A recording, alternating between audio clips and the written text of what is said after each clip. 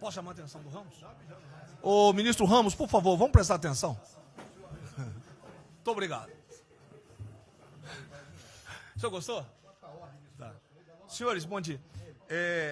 Essa reunião é por solicitação minha ao presidente da República, porque nós iríamos apresentar isso à imprensa, que não foi apresentada, e começaram uma série de especulações sobre esse plano de retomada.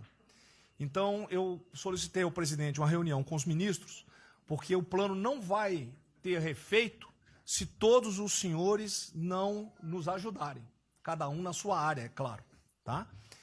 Na hora que nós precisarmos das pessoas para a coordenação do plano, o Ministério que não colocar uma pessoa realmente que seja envolvida e tenha capacidade para poder coordenar e executar, esse Ministério vai ficar mais fraco e aí o plano todo fica meio capenga.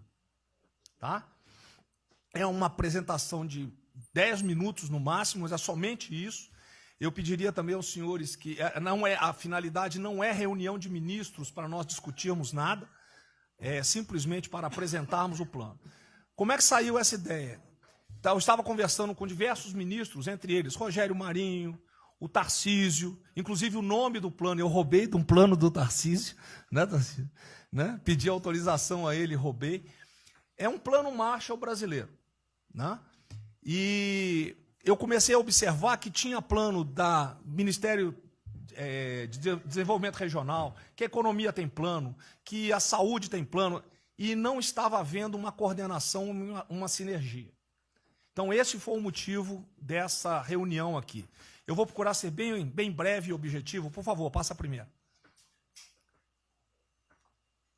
Muito bom. Passou tudo, acabou. Então vamos acabar. Você está no fim, está errado, cara. Porra. Passa a primeira, muito bem. Os senhores podem observar o seguinte, eu comecei com o presidente, o problema, nós estávamos invertendo a questão de uma lógica de raciocínio. Nós temos um problema, né? Nós temos que ver quais são as consequências negativas desse problema. Todo mundo sabia, sanitárias e econômicas, ninguém tem dúvida, com reflexo em todos os ministérios. Mas o foco não é na solução do problema, o foco hoje, de uma maneira geral, é quem é o culpado. Né? E nós queremos recolocar, vamos dizer assim, readequar isso aí para como o governo deve reagir a este problema para achar uma solução para as duas consequências negativas que ocorrem. Próximo. Então, é um programa, o programa se chama Pro Brasil, tá? Dou crédito ao azar do Tarcísio foi ele ter conversado comigo. Eu gostei e roubei. Né? Pro Brasil é um programa para integrar, aprimorar ações estratégicas. Os senhores vão ver que o foco ele não é de governo, ele é de Estado. Eu estou tentando fazer uma projeção de 10 anos. Tá? Eu estou tentando, não, nós vamos ter que fazer isso aí. Para a retomada do crescimento socioeconômico em resposta aos impactos relacionados ao coronavírus. Tá? Pode passar, por favor. As dimensões do programa são essas aí. Ó, tá? Ele pega um modelo de governança, ele busca melhoria da produtividade, investimentos estruturantes e ações estratégicas do setor público. Vai. O programa se divide em duas etapas, ou duas partes. O Pro Brasil, deixa eu ver aqui que eu não estou conseguindo enxergar. Ordem e o Pro Brasil Progresso. Tá? O Pro Brasil Ordem, que você não imprimiu para mim, e eu agradeço. Não, botou na página errada. Ele pega um arcabouço normativo, ele trata, essas são as medidas estruturantes dele. Vai ter que ter um arcabouço normativo, investimentos privados, segurança jurídica, jurídica e produtividade, melhoria no ambiente de negócios e mitigação dos impactos socioeconômicos. Na parte de investimento, ele foca em obras públicas, parcerias do setor privado. Esse programa também ele tem um foco na redução das desigualdades regionais. tá? Tem um foco na redução das desigualdades regionais. Ô Cid, está com o dedo pé rápido aí. E... Só um segundo, por favor. Pode passar, por favor, Cid. Qual é a abrangência do programa? Os senhores podem observar que ele tem uma parte de infraestrutura, ele tem ações viabilizadoras e tem ações de apoio na lateral. Como é que é o nome mesmo? Facilitadoras. Então, observe, na infraestrutura, com foco particularmente nessas obras que estão paralisadas, esses investimentos que nós estamos perdendo, que estão paralisados. Ele pega infraestrutura de transporte e logística, desenvolvimento regional e cidades, pega energia, mineração, telecomunicações. No desenvolvimento produtivo, ele foca na indústria, agronegócio, serviços e turismo. Nas laterais, os senhores têm a parte de cidadania, capacitação, saúde, defesa, inteligência e segurança. Tem também cadeias digitais, indústria criativa e ciência.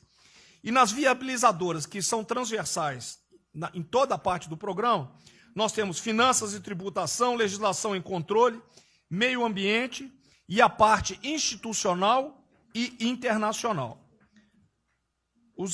Qual é por favor, o nosso time frame que nós estamos pensando aí? A estruturação do programa, eu preciso que os senhores, nós vamos fazer uma reunião, como os senhores podem ver, é a primeira reunião do grupo de trabalho, tá? Com todos os ministérios envolvidos. Na sexta-feira agora, tá? Os senhores vão receber o horário, e aí nós teremos de maio a julho a estruturação do programa. De agosto a setembro, o detalhamento do projeto.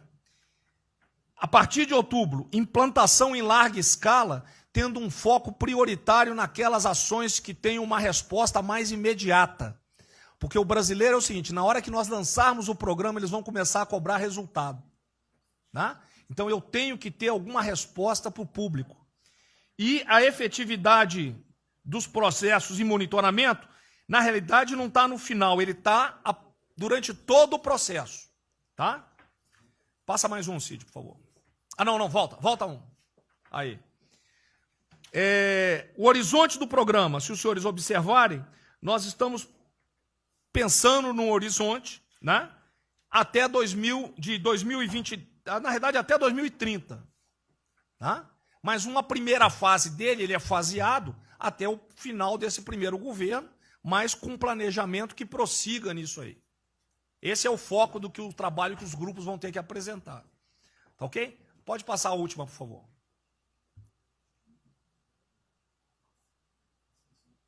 É sem som mesmo. Certo?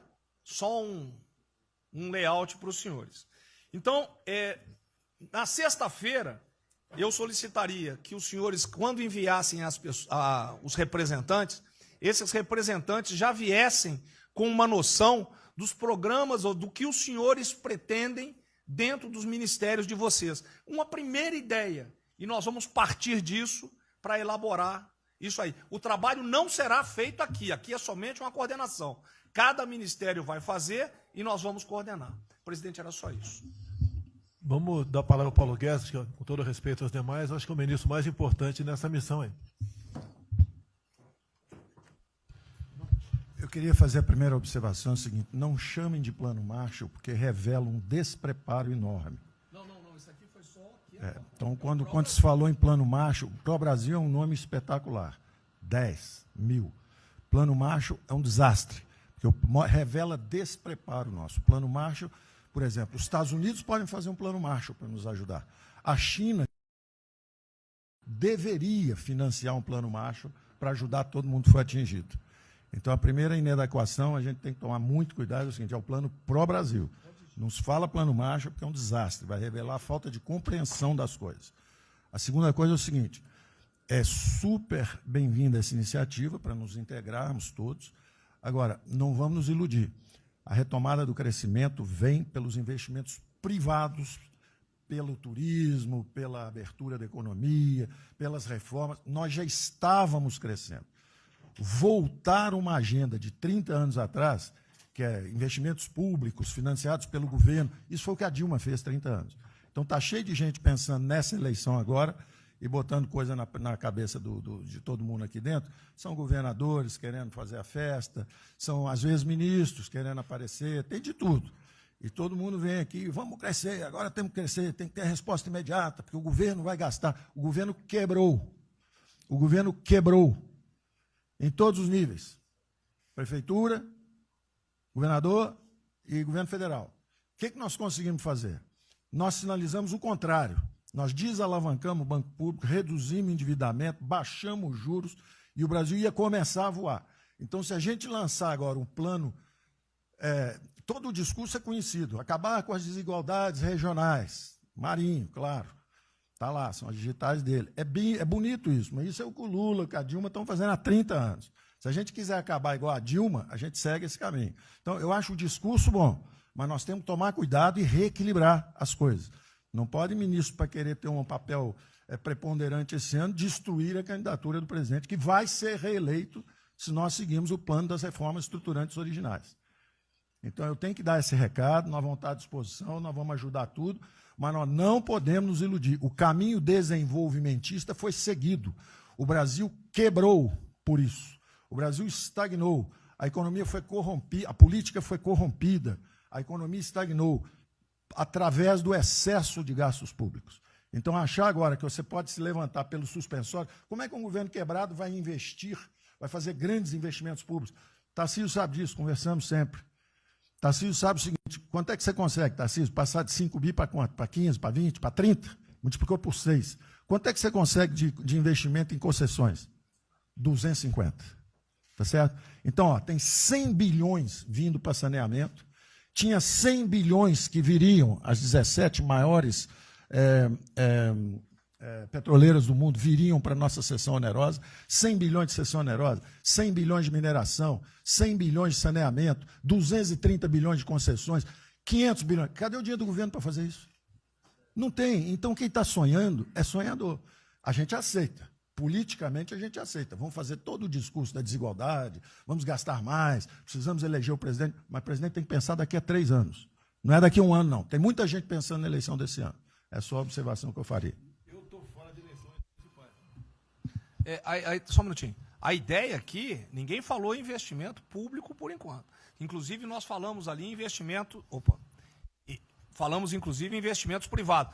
O que tem que acontecer é o seguinte, eu estou vendo o plano de toda gente, nós temos que centrar... Isso, e aí, não, a imprensa, fundamental, a economia, fundamental. Exatamente o que pode, o que não pode. Fundamental a coordenação. Até para não apresentar. sair na imprensa o que está saindo. Porque saiu na imprensa assim, plano Marshall e economia está fora. Quer dizer, alguém foi para a imprensa e falou, ó, vê um plano Marshall aí e a economia está fora. Quer dizer, enfraquecer o nosso discurso no momento desse é uma tolice, é um atentado contra nós mesmos.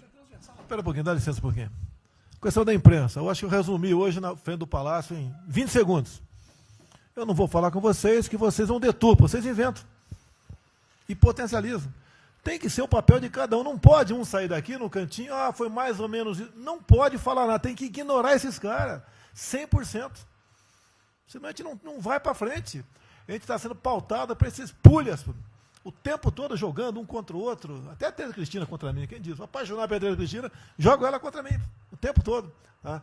Então, se a gente puder falar zero com a imprensa, é a saída. Bom, eu vou ser muito rápido aqui, general. Primeiro, parabéns. É fundamental esse processo de coordenação e de centro de governo. Nós precisamos ter isso cada vez mais aprofundado e com melhor qualidade.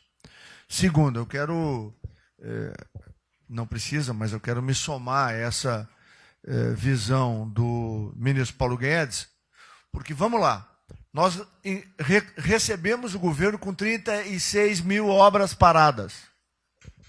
Oriundas da onde? Do PAC. Só para lembrar. O Abraão tem não sei quantas mil creches. 3 mil creches paradas que somam nessas 36. Então, o que nós trouxemos para o Brasil e como é que nós Começamos o ano, e eu vou lembrar, presidente, o senhor sempre disse, é muito triste ver um brasileiro chegar no exterior e ser recebido com o manto da desconfiança.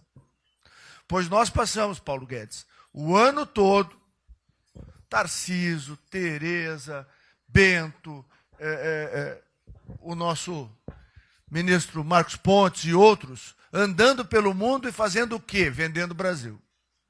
Terminamos o ano, lembra do número, 482 bilhões de investimentos para os próximos 20 anos.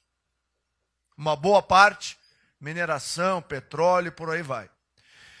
Recebemos 90 bilhões de bônus de outorga. Nós temos 10 bilhões de dólares do governo da Arábia Saudita que precisa definir onde é que vai botar. Mas o príncipe autorizou. São 50 bilhões de reais. A dinheiro de hoje. Então, eu tenho convicção de que nós temos que continuar fazendo o que a gente vinha fazendo, ou seja, aprofundando a participação da sociedade. Nós temos uma coisa emblemática aqui, que é a Lei da Liberdade Econômica, que pela primeira vez na história do Brasil, desde que o Brasil é Brasil, o cidadão diante do Estado tem razão até que o Estado prove ao contrário. Foi isso que fez os americanos, que há 200 anos atrás eram muito mais pobres do que nós, ser muito mais ricos do que nós. Então, o aprofundamento são sim das reformas, é sim ousar e ter uma reforma tributária que baixe imposto no Brasil, reduz a carga tributária, estou falando sério. A gente nunca discutiu isso entre nós, mas isso tem que caminhar para isso. Por quê? Porque aí nós damos fôlego à iniciativa privada para que ela faça o que tem que fazer e nós vamos ser mediadores desse processo. Apenas. E sinceramente, eu acho que todo o nosso esforço nos próximos dias tem que ser como é que nós mantemos a nossa linha, porque nós terminamos o ano, ministro Ernesto, ministro Tarcísio. O senhor foi recebido na Federação das Indústrias Alemãs com um slide que mostrava a 163 com os caminhões atolados e a 163 pavimentada. E o presidente que coordenava aquele momento, eu estava lá lhe aguardando, voltando da Rússia, disse ao senhor, o que vocês brasileiros fizeram que nós não acreditávamos que vocês recuperaram a confiança e estão fazendo tantas transformações. Então, presidente, só para concluir, 100% nesta linha, mas que a gente não perca o foco original, porque por onde a gente estava caminhando, nós recuperamos a confiança externa e externa. Fomos acometidos de algo muito grave, que é uma doença, e que foi levado ao paroxismo da histeria, porque serve a interesses de muitos, os mais variados, eu não vou aqui detalhar.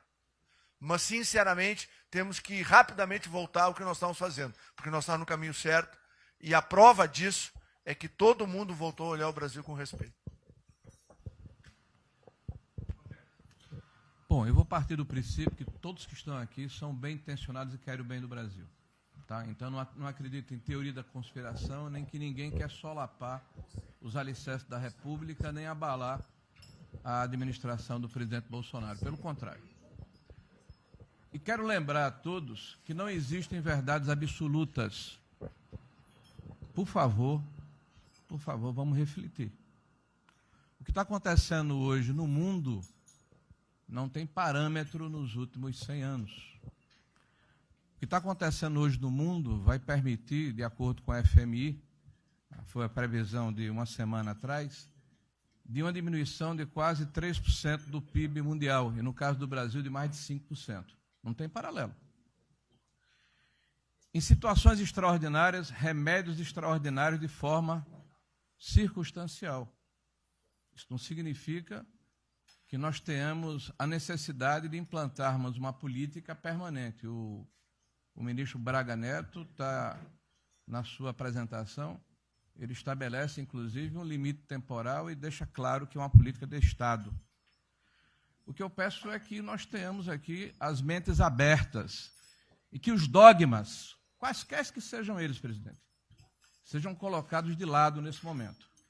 Porque os governos do mundo, certamente, têm a capacidade de entender o que está se passando. E eu tenho visto governos extremamente liberais preparando programas de reconstrução, levando em consideração a necessidade de que o Estado Nacional passe a ter um papel diferente como tomador de risco nesse momento em que há uma queda abrupta da liquidez. O ministro Onyx fala com muita propriedade da Arábia Saudita, dos 10 bilhões de dólares. É bom lembrar, está aqui o ministro Bento, que está se pagando para se retirar petróleo do mundo. Os países vão utilizar suas respectivas liquidez para resolver os seus problemas de infraestrutura e de retomada das suas economias. Nós temos que ter segurança jurídica, senhor presidente. Respeito a contratos, senhor presidente. Capacidade de alavancar recursos privados com a inversão de recursos públicos, sim. É bom lembrar que eu tenho ouvido falar, não sei se é verdade, depois a gente vai colocar na ponta do lápis, que a gente pode chegar a 600 bilhões de reais esse ano de ajuda a empresas e a pessoas físicas. Recursos do governo federal, fruto de endividamento do governo, desse governo, que vai terminar o ano com um déficit 4, 5, 6 vezes maior do que estava precificado no início do ano. Caiu um meteoro sobre as nossas cabeças. Então, por favor, nós não podemos começar uma discussão com verdades absolutas e com dogmas estabelecidos ao longo de 100 anos, em função de uma catástrofe que se abateu sobre o mundo, e os governos de todo o mundo estão se debruçando sobre o assunto, entendendo que muda o papel do Estado. Senhor presidente, é bom lembrar que, quando houve a unificação da Alemanha, eu acho que esse é um fato histórico irrefutável, o Estado alemão entendeu e fez um pacto de que haveria necessidade de investir em capital humano e infraestrutura na Alemanha Oriental para diminuir desigualdades regionais. E esse é um pacto do Brasil. Essa pode ser uma catástrofe que vai nos afundar, ou pode ser uma onda para a gente surfar, uma alavanca para recuperar o país. Todos os países do mundo estão submetidos ao mesmo processo. Vai depender da nossa capacidade de termos uma opção clara de que forma vamos sair desse problema. Se vamos gastar 600 bilhões de reais para resolver uma situação que é emergencial e todos reconhecemos que é necessária, de darmos segurança à população, no caso alimentar, para evitarmos o caos, para diminuirmos a mortandade das empresas, muito bem, está correto, essa é a boa direção. Por que não 5%, 6%, 7% desse total, 10% desse total, em obras de infraestrutura?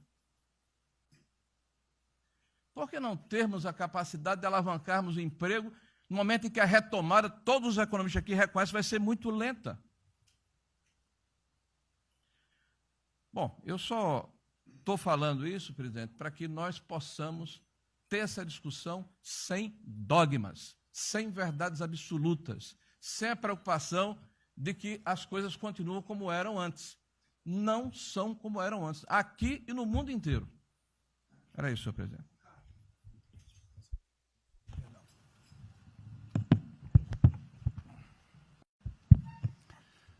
Presidente, eu estava assistindo atentamente a apresentação do colega ministro Braga Neto, e na parte final, ali no slide das questões transversais, está o meio ambiente, mas eu acho que o que eu vou dizer aqui sobre o meio ambiente se aplica a diversas outras matérias.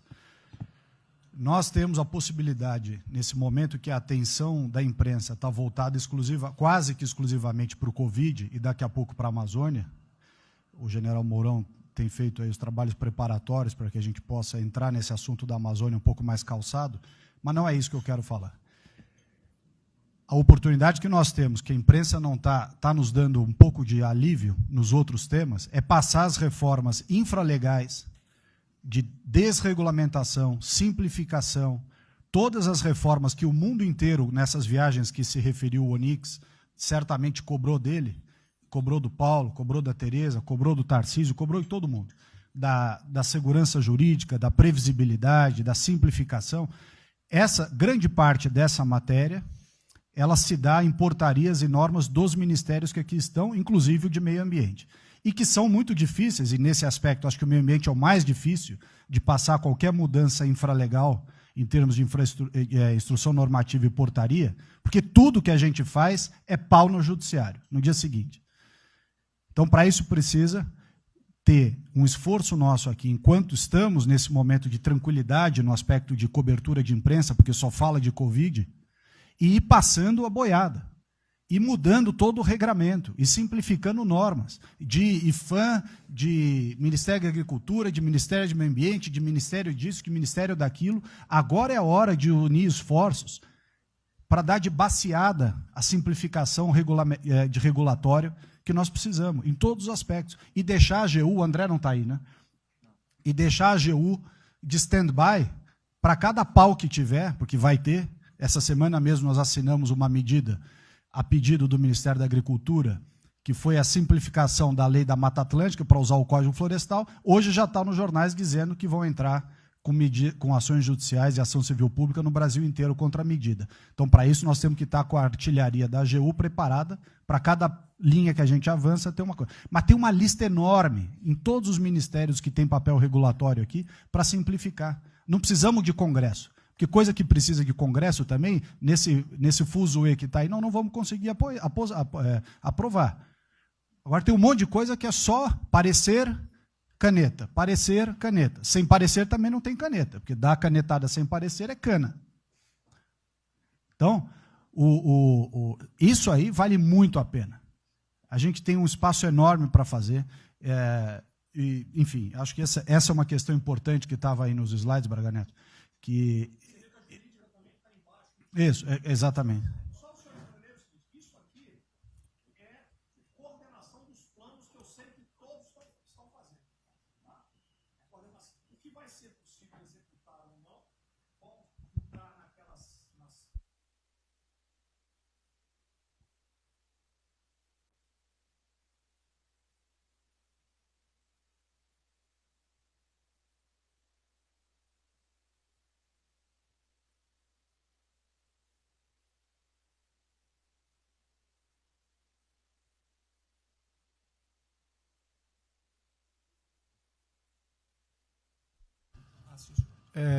Me ligou agora de manhã o Eduardo Gouveia Vieira, da Firjan.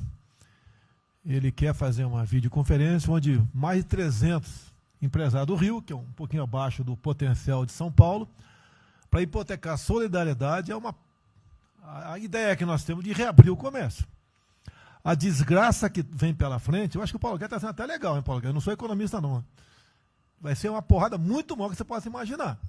Não são apenas os informais. Eu acho que já bateu a 10 milhões de carteiras assinadas, foi para o saco. E os governos estaduais não têm como pagar salário dos caras. Não tem. Em maio, metade dos estados não vai ter como pagar salário mais. A desgraça está aí. Eles vão querer empurrar essa trozoba para cima da gente. Esse pessoal aqui do lado vai querer empurrar. E a gente vai reagir, porque aqui não é saco sem fundo. Tá? Então, essa preocupação vamos ter. Paralelamente a isso, tem o AB da vida, enchendo o saco do Supremo, para abrir o processo de impeachment, porque eu não apresentei meu exame de vírus, essas frescuradas todas, que todo mundo tem que estar ligado. Não é apenas cuidar do seu ministério, nessas questões que estamos tratando aqui, é tratar da questão política também. Tá certo? Então, essa preocupação temos que ter, porque a luta pelo poder continua, a todo vapor. E sem neurose da minha parte. Tá? O campo fértil para aparecer uns porcaria aí, né? Levantando aquela bandeira do povo ao meu lado, não custa nada. E o terreno fértil é isso, desemprego, caos, miséria, desordem social e outras coisas mais. Então essa preocupação todos devem ter. Né? Não é, tá bom, o Ministério fatura, deu merda no colo do presidente. Não pode ser assim. Hoje eu vi o Magno Malta me defendendo. O Magno Malta, desculpa aí, foi tratado lá atrás para ser vice. Depois ele resolveu não ser, tudo bem. Depois foi tratado para ser ministro, tudo bem. Agora, politicamente, ele nunca me deu uma alfinetada e sempre está defendendo, com os problemas que ele tem. Então, não é o ministro ir de peito aberto e entrar no covil dos leões. Mas não pode. né? Por exemplo, quando se fala em possível impeachment, ação no Supremo, baseado em filigranas, eu vou em qualquer lugar no território nacional. Ponto final. O dia que for proibido de ir para qualquer lugar do Brasil, pelo Supremo, acabou o mandato. E espero que eles não decidam, ou ele, né, monocraticamente, querer tomar certas medidas, que daí nós vamos ter uma crise política de verdade. E eu não vou meter o rabo no meio das pernas. Isso, zero. Tá certo? Porque se eu errar, se achar um dia ligação minha com o empreiteiro, dinheiro na conta na Suíça, porrada, sem problema nenhum. Vai para o impeachment e vai embora. Agora, com frescura, com babaquice, não. Até em cima do que eu falei, em frente ao Forte Apache. Eu sou o chefe supremo das Forças Armadas. Ponto final. O pessoal estava lá, eu fui lá, dia do Exército. E falei algo que eu acho que não tem nada demais. Mas a repercussão é enorme. Oh, AI-5. Cadê o AI-5? Acabou com o AI-5, não existe adicional no Brasil mais. É uma besteira. Artigo 142. É um pessoal que não sabe interpretar a Constituição. Agora, em cima disso, fazer uma onda.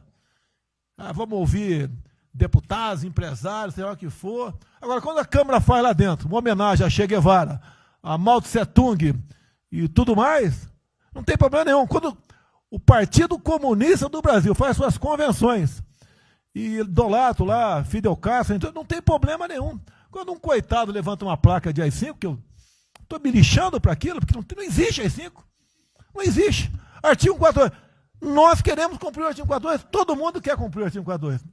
E haver necessidade, qualquer dos poderes pode, né, pedir às Forças Armadas, né, que intervenham para restabelecer a ordem no Brasil, naquele local, sem problema nenhum. Agora, todos, né, têm que se preocupar com a questão política, e a quem de direito, tira a cabeça da toca, porra. Não é só ficar dentro da toca o tempo todo, não. Estou bem, estou cuidando da minha imagem, a minha imagem está aqui, eu sou bonitinho, e o requisito pronto. Não, tem que fazer a sua parte. Então é isso que eu tento falar com você, que depois de um certo momento, onde chegar a cabeça dessas pessoas, fica difícil voltar atrás. Daí querem uma crise, é uma crise. Não tenho amor por esse mandato, por a cadeia de presidente. Zero. Não vou provocar ninguém. E assim como a defesa faz uma nota muito boa, dizendo que vai cumprir a Constituição, liberdade, 10, e não aceita golpe, 10, também não aceita o contragolpe dos caras, porra. Vai deixar alguns malucos aí, que a gente sabe quem são, ficar aí naquela fervura de o presidente é irresponsável, ele é maluco, ele é genocida. Não é assim. O que vale para um lado, vale para o outro. O que não vale para um lado, não vale para o outro. Essa é a nossa preocupação que devemos ter. Com isso que está aqui, o pró-Brasil, mas também com a questão política. Se nós começarmos a falar com propriedade, e tem muita gente que fala muito melhor do que eu, e tem um conhecimento muito melhor do que eu, tem que falar, pô, discretamente, mas tem que falar, para não deixar subir a temperatura, que é só porrada o tempo todo em cima de mim. E vou continuar indo em qualquer lugar do Brasil, ponto final, é problema meu. Tá certo? Se eu não tivesse direito de ir e vir, prefeitinho lá do fim do mundo, um jaguapoca de um prefeito, manda prender. Tem que a justiça se posicionar sobre isso, porra. Tem que se posicionar sobre isso abertamente. Não admitimos prisão por parte de prefeitos e o decreto. Tem que falar, não é ficar quieto. E aquele direito aqui, e todos os ministros têm que falar isso aí, não é só a justiça. Todos têm que falar. Não é ficar, toca o barco não e vamos em frente. Tá? Então é isso que eu apelo a vocês, pô. Essa preocupação, acordem para a política e se exponham. Afinal de contas, o governo não só. E se eu cair, cai todo mundo. Agora, se tiver cair um dia, vamos cair lutando, uma bandeira justa, não para uma babaquice de exame antivírus, pô. Pelo amor de Deus, pô. Tá? Eu, até já bem claro, de uns 8 anos para cá, quando pedia farmácia de manipulação, um remédio qualquer, eu falava com o médico. Bota um nome de fantasia, porque se for o meu nome para lá, como era sempre foi um cara manjado, né, tem 3, 4 que vão manipular lá o medicamento, pode me envenenar, pô. E assim é a mesma coisa a questão do vírus, entre outros. De acordo com o interesse, o cara dá negativo, ou dá positivo, depois que deu, vai para a contraprova, mas dá problema. E nós sabemos, tá certo, que nós temos um compromisso com a verdade. Eu jamais mentiria se não tivesse realmente um exame negativo. Jamais eu mentia negativo, deu positivo, vice-versa. Jamais. A verdade é acima de tudo. Então, é o apelo que eu faço a todos que se preocupem com política para não ser surpreendido. E eu não vou esperar o barco começar a afundar para tirar água. Estou tirando água e vou continuar tirando água de todos os ministérios. Do Cante é isso. A pessoa tem que entender. Se não quer entender, paciência, pô. E eu tenho o poder e vou interferir em todos os ministérios, sem exceção. Nos bancos eu falo com o Paulo Guedes, se tiver que interferir. Nunca tive problema com isso, zero problema com o Paulo Guedes. Agora, os demais, vou. Eu não posso ser surpreendido com notícias. Pô, eu tenho a PF que não me dá informações. Eu tenho as inteligências das Forças Armadas que não têm informações. A BIM tem seus problemas. Tem algumas informações. Só não tenho mais porque está faltando, realmente, temos problemas. Aparelhamento, etc. Mas a gente não pode viver sem informação. Quem é que nunca ficou atrás da porta ouvindo que seu filho ou sua filha está comentando? Tem que ver, depois que ela engravida, não adianta falar com ela mais. Tem que ver antes. Depois que o moleque encheu os cornos de droga, não adianta mais falar com ele, já era. E a informação é assim. Eu estava vendo, estudando no fim de semana aqui, como é que o serviço chinês secreto trabalha nos Estados Unidos. Qual a preocupação nossa aqui? É simples o negócio. Ah, não deve falar publicamente. Deve falar como? Está todo mundo vendo o que está acontecendo?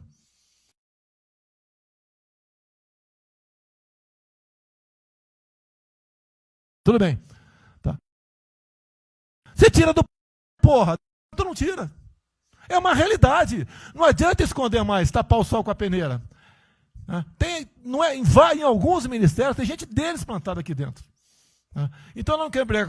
Zero briga. Precisamos dele para vender? Sim, eles precisam também de nós. Porque se não precisasse, não estariam comprando a soja da gente, não. Precisam. E é um negócio, pô.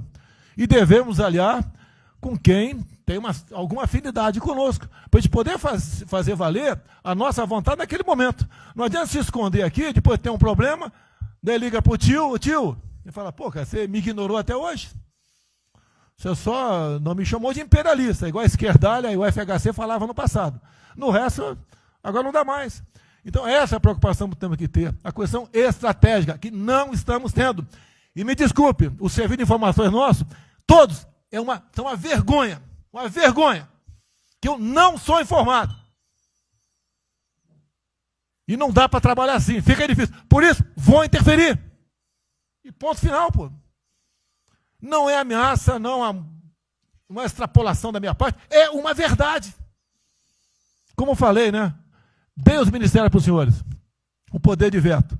Mudou agora, tem que mudar, pô. E eu quero realmente governar o Brasil. Nós precisamos de todos aqui, como disse o Marinho, né? Aqui é o mesmo barco.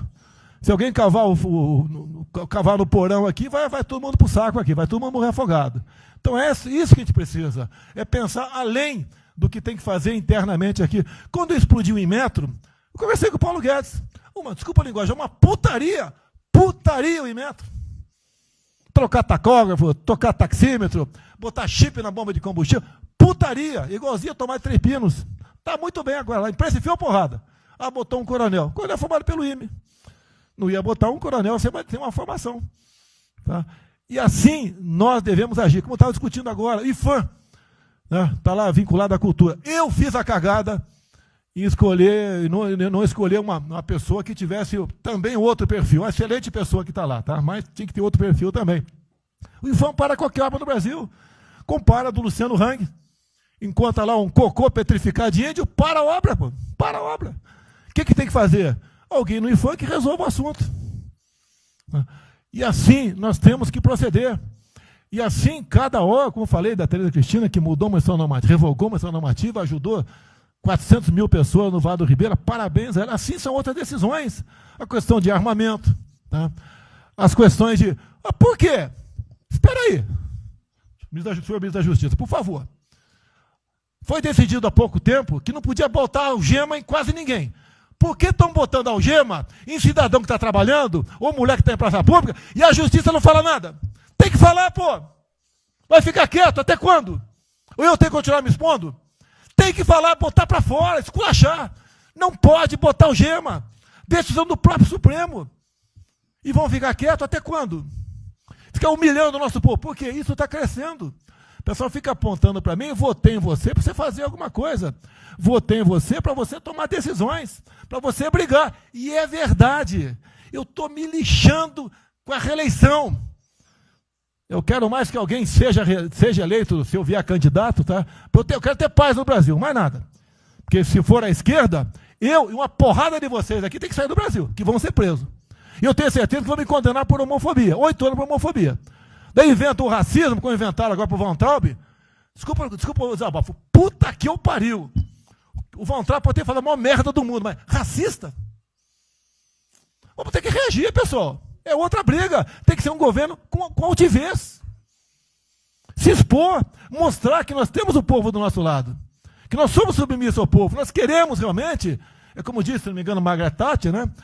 Ou Reagan, não sei, para ser conduzido pela povo brasileira. E ponto final.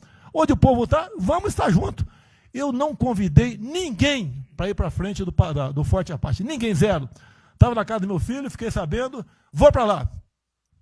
A imprensa está falando agora que não sei, 2 ministros militares aí não aceitaram o meu convite. O dia que ou eu convido o ministro para o churrasquinho em casa, eu pago uma missão.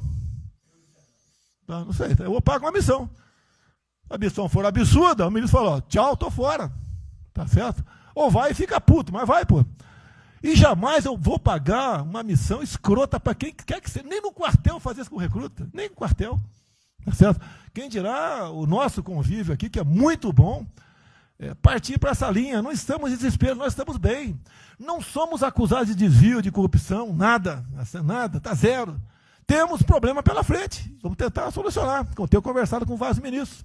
E vamos solucionar, porque o destino do Brasil está na mão desse grupo privilegiado que está aqui. Eu não seria nada sem vocês. Vocês não seriam ministros sem eu. Duvido, dificilmente alguém ia ser ministro tivesse uma Haddad aqui, eu duvido. Poderia aceitar por alguns dias, né? Depois ver a sacanagem que ia ser, não ia ser diferente do que foi os 2 anos anteriores do PT, né? Ia pedir para sair. Então, um apelo para vocês. Todo mundo se preocupa com o futuro do Brasil, com a questão política. Criticar um ato de uma pessoa ou outra não é criticar o Congresso ou de criticar o Supremo Tribunal Federal. Quem não ficou revoltado, viu, o Moro ficou revoltado com a liberdade desse pessoal. Por causa de vírus, botou esse estuprador para fora. Imagine ter estuprado uma filha nossa, um filho da puta desse posto de liberdade. Agora temos que colocar no lugar dessas pessoas, desse pai que teve a filha estuprada, e o vagabundo foi posto na rua. Uma decisão, foda-se quem seja, tem que jogar pesado em cima disso. Não é um desabafo, pessoal, é uma realidade. O nosso barco está indo, mas não sabemos ainda, no momento, dado o último caso, vírus, para onde está nosso barco. Pode estar indo em direção ao iceberg. A gente vai para o fundo. Então vamos se ligar, vamos se preocupar. Quem de direito se manifesta com altidez, com palavras polidas, tá? Mas coloca uma posição. Porque não pode tudo veio para a minha retaguarda, tudo. Tá? E vocês têm que apanhar junto comigo, logicamente, quando tiver motivo para apanhar, ou motivo para bater.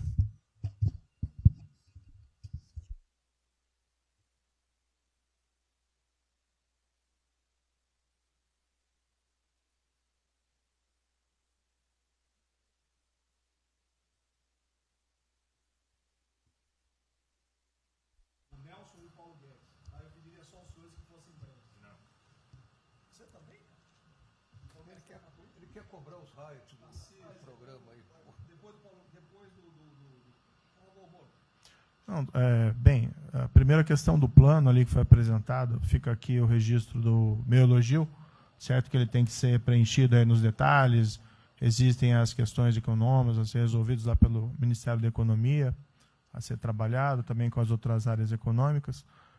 Só faria uma sugestão aqui, ministro, se pudesse colocar desde logo, em algum momento desse plano, alguma referência importante também à segurança pública e a controle da corrupção.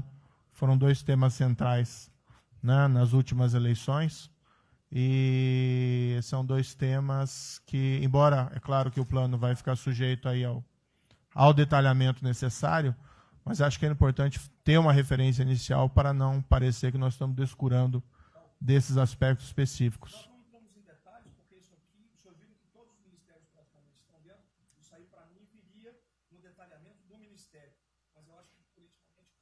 Não, sim, sim. Não, eu entendo que cabe no detalhamento, mas acho que uma referência, né, seria interessante. A gente tem que apontar também que foi uma vitória do governo, do presidente. Ano passado houve uma queda expressiva desses principais indicadores criminais.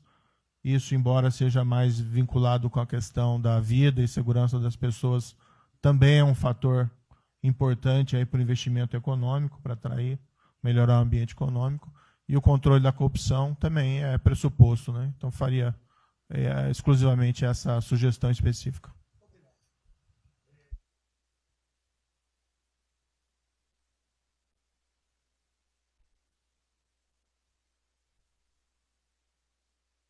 Para a gente começar a falar do dia seguinte, o próprio ministro Guedes, nas discussões que temos tido nas últimas semanas, tem nos orientado: o BNDES foca na reconstrução, foca no dia seguinte, porque a crise de saúde vai demorar alguns meses e a reconstrução muito mais meses do que isso. Então é muito oportuno a gente já começar a discutir isso.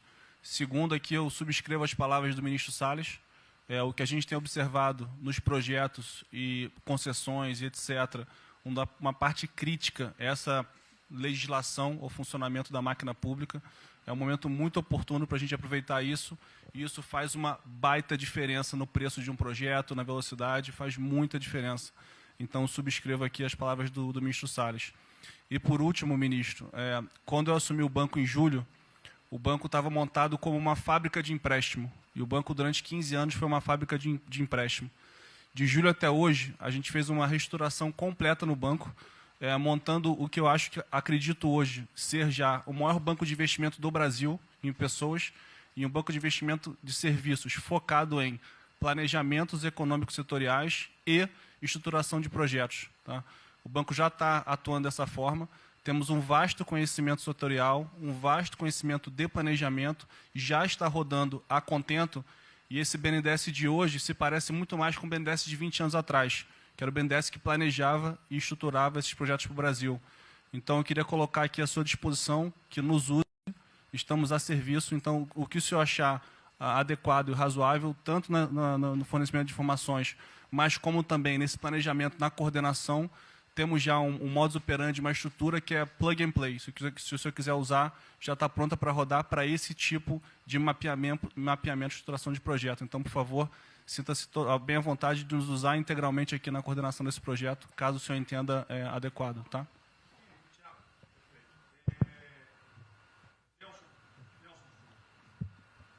Alô?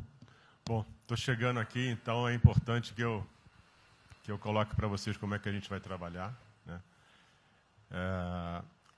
A saúde ela é fundamental, porque enquanto a gente não mostrar para a sociedade que a gente tem o controle da doença, da saída dela, qualquer tentativa econômica vai ser ruim, porque o medo vai impedir que você trate a economia como uma prioridade.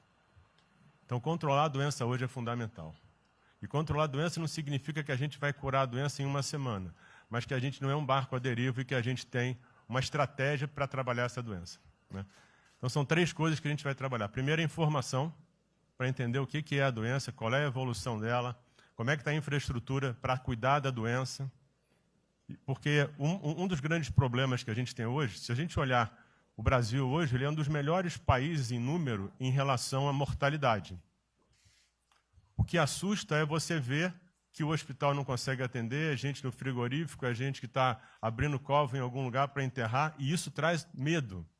E o medo impede que qualquer outra atividade tenha sucesso. Porque enquanto isso não for sanado, o restante vai ter muito pouca chance de ser comprado pela sociedade. A segunda coisa é estruturar a operação de cuidado. Então a gente vai investir em logística, vai investir na parte de compra e tentar melhorar o processo. Por quê? Porque se eu tiver os hospitais funcionando, eu vou ter os pacientes tratados, eu não tenho a sensação da crise, o medo melhora e o restante pode entrar. E a terceira coisa é a gente deixar claro um programa de saída do isolamento, do distanciamento. Não é que vai sair amanhã, mas a gente tem que ter um planejamento. Porque aí a gente realmente mostra que a situação está na nossa mão.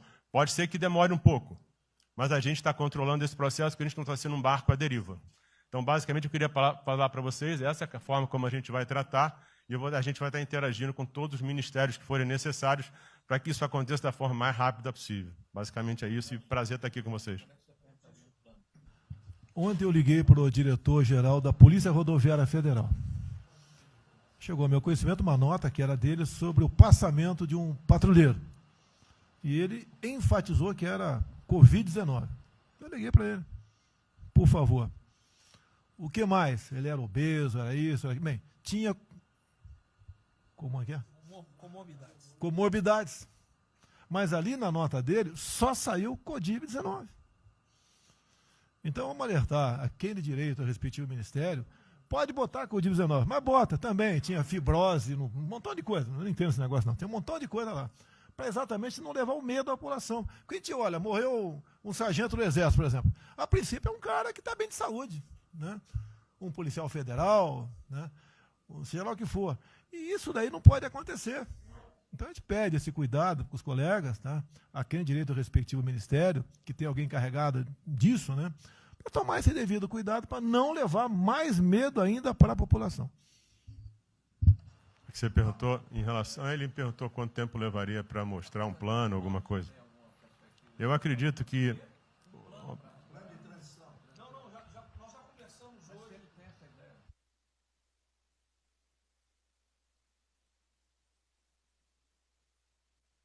A gente está trazendo um reforço para poder acelerar esse processo, porque, na verdade, a gente está correndo contra o tempo.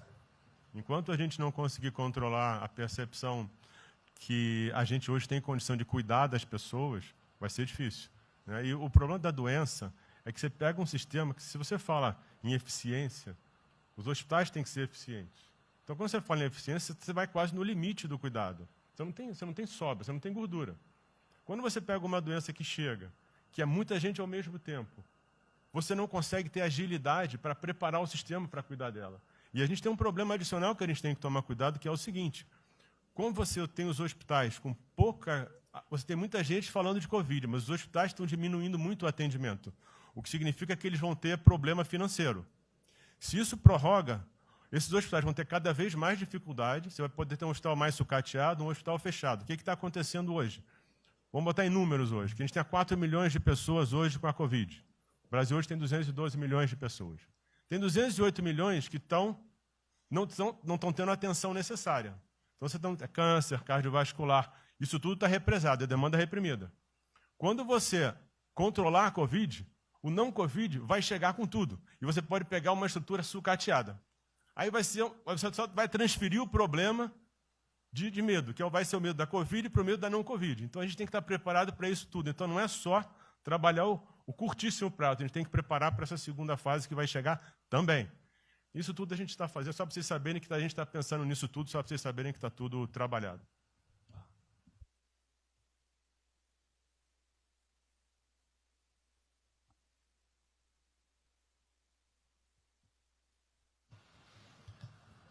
Só para louvar a iniciativa, acho que é importante essa coordenação da Casa Civil. Tenho certeza que é o que a sociedade... A sociedade espera isso de nós. A boa notícia é que a gente vem conversando com os investidores, eles estão interessados no nosso programa de concessão. É claro que a gente vai ter que ajustar alguma coisa nos projetos em função da percepção do nível de risco. E a gente vai fazer isso calibrando taxa de retorno, monitorando melhor agora a questão da demanda, né, reestimando demanda nos projetos, mas a gente tem certeza que os projetos vão sair. Qual o cuidado que a gente tem que ter? A gente fala em 250 bi de investimentos, só que concessão funciona o seguinte: o que a gente contratar agora vai gerar investimento em 2023, 2024. Não é imediato. E a gente vai precisar de fazer alguma coisa imediata. E aí tem que ter a inteligência, porque também não adianta. Ministro Paulo, me dá lá 30 bi por ano. Eu não vou gastar, eu não vou usar. Eu não vou ter condição de fazer, de usar isso. Né? Porque nos períodos áureos lá, que a gente executou mais, a gente consegue ali, tem uma capacidade operacional de executar 13, 14 bi, não mais do que isso. E a gente já tem 8 de orçamento por ano. Então, no final das contas, a gente fazendo as contas e vendo o que nós já temos de projeto pronto, o que é necessário, que agrega valor imediato. É 135 Maranhão lá, que leva a safra para o Porto de Itaqui, que se acabou. Ali eu posso fazer uma intervenção imediata. E do que a gente vai falar? Eu estou falando de pegar os 8 que a gente tem e agregar mais 3, mais 4 por ano. É essa a conta. E eu acho que isso é realmente necessário para gerar emprego, para dar a resposta que a sociedade está querendo e conjugando isso com o investimento privado. As duas coisas têm que andar junto, né? E aí nós vamos dar o bom retorno. A gente está vendo aí o esforço que o BNDES está fazendo, acho que está fazendo um trabalho magnífico, trazendo o banco, trazendo o privado, o sindicato de bancos, para assumir uma responsabilidade que é deles também. O Banco Central injetou um monte de liquidez aí no sistema, para o dinheiro não ficar empossado, e aí preservando o caixa para atuar, né, nesses projetos de infraestrutura que vai ser fundamental. Então, eu acho que é essa linha que nós precisamos ter, né? E tivemos aí 2 caras aí na história recente que pegaram terra arrasada e entraram para a história. Um foi o Roosevelt, o outro foi o Churchill. O terceiro vai ser o Bolsonaro.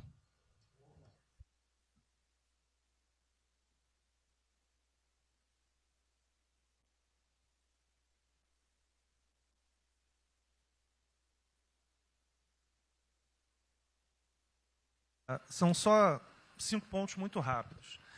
Primeiro, presidente, maior programa da história do mundo de inclusão social, digital, que nós estamos fazendo nesse governo. Pessoas que tomavam dinheiro a 25% ao mês. Quer dizer, todos os ladrões lá, PT, PMDB, PSDB, aquela ladroagem toda, 25% ao mês. E ninguém se indigna. Esse governo que se indignou, o governo dos liberais. Então, assim, acho que a gente está com um problema de narrativa. Hoje de manhã, por exemplo, o pessoal da Band queria dinheiro. O ponto é o seguinte, vai ou não vai dar dinheiro para Bandeirantes? Ah, não vai dar dinheiro para Bandeirantes? Passei meia hora levando porrada, mas repliquei. E falei, olha, vocês estão em casa? Eu tenho 30 mil funcionários na rua. Não tem esse negócio, essa frescurada de home office. Eu já visitei 15 agências. E você em casa? Aí o pessoal ficou um pouco mais calmo. Quer dizer, eu posso ter 30 mil brasileiros nas agências lá. Sabe quantas pessoas a Caixa está pagando hoje? 7 milhões de pessoas. E todo mundo em home office. Que porcaria é essa? Desculpa o meu ponto, presidente. Quando o senhor falou, pô, eu vou me emocionar. O Luiz Lima, que nadou com meu pai, foi atleta olímpico, teve a esposa e a filha de 14 anos presa ontem, num camburão. Que porra é essa? Desculpa. Que porra é essa? O cara vai pro camburão com a filha. Se fosse eu, ia pegar minhas 15 armas e ia dar uma... Eu ia morrer. Porque se a minha filha fosse pro camburão, eu ia matar ou morrer. Que isso? Estava nadando, é uma atleta olímpica. Você tira a pessoa está nadando com 14 anos. Eu tenho uma filha, Maria, de 14 anos. Se a minha filha fosse para o camburão, ou eu matava ou eu morria. Que isso? E a esposa do Luiz Lima nem usou o fato de ser esposa de um deputado federal. Mas ela assim, foi calado e saiu calado. E aquele governador roubando para a direita, para tudo quanto é lado. Então o governador rouba, aí ele sai prendendo todo mundo e fica tudo isso por isso mesmo. Aí a gente faz o maior programa da história da humanidade de inclusão de pessoas que recebiam 25% ao mês, cobravam. PSDB, PT, PMDB, aquele grupo todo. Na hora de privatizar, todo mundo, porra, com 200 milhões, 300 milhões, porra. Tem vice-presidente da Caixa que eu expulsei, dos 120, 105 eu tirei. E se o senhor precisar, obviamente, meu chefe é o ministro Paulo Guedes, ele decide. Não tem problema. Inclusive, porque o que acontece é o seguinte, se roubar, eu vou ligar para o ministro Moro para prender. Agora, se precisar de uma diretoria, não sei o quê, desde que sejam honestos, o ministro Paulo Guedes é que decide, etc. Mas dos 120 eu tirei 105. E na Caixa não tem desonestidade, até onde eu saiba. Mas, assim, eu acho que a gente está levando muita porrada, presidente. E, de novo, não estou dizendo de ninguém daqui, não. Só leva porrada.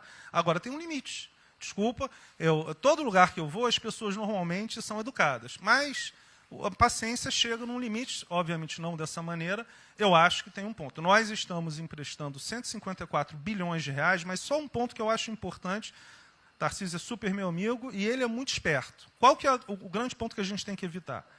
O cara que está quebrado, já estava quebrado antes e que é a nossa molezinha. Então, assim, claramente tem que ajudar e eu concordo. Tanto que nós emprestamos 43 bilhões de reais para o segmento imobiliário. 1,5 milhão de pessoas deixaram de ser demitidas. Agora, não é para todo mundo, não. Aquela empresa que já estava quebrada antes, por que a gente vai dar molezinha? Então, este ajuste fino é importante, os bancos têm que fazer. Por quê? Último ponto que eu falo. Já estou sendo processado também, vamos nós dois juntos para a cadeia, por causa do auxílio emergencial. Sabe o que tem? Tem gente do TCU dizendo que a gente está ganhando muito, e tem gente dizendo que a gente está ganhando pouco. Ferrou. Ou seja, tem gente querendo me prender porque está dizendo que a gente está ganhando muito. E tem gente querendo me prender, que são aqueles caras lá que estavam antes, dando pouco. Vou acabar sendo preso, mas o que a gente não vai fazer? Deixar 30, 40, 50 milhões de pessoas passarem fome. Então, é só o meu recado dizendo o seguinte, a Caixa, o banco de todos os brasileiros. Poxa, a gente está com 30 mil pessoas. Eu passo ligando, 45 pessoas na Caixa tiveram coronavírus. 2 faleceram, um, na verdade, com 70 anos, que já estava aposentado, e outro. A pessoa, eu chorei mais do que a pessoa, a mãe.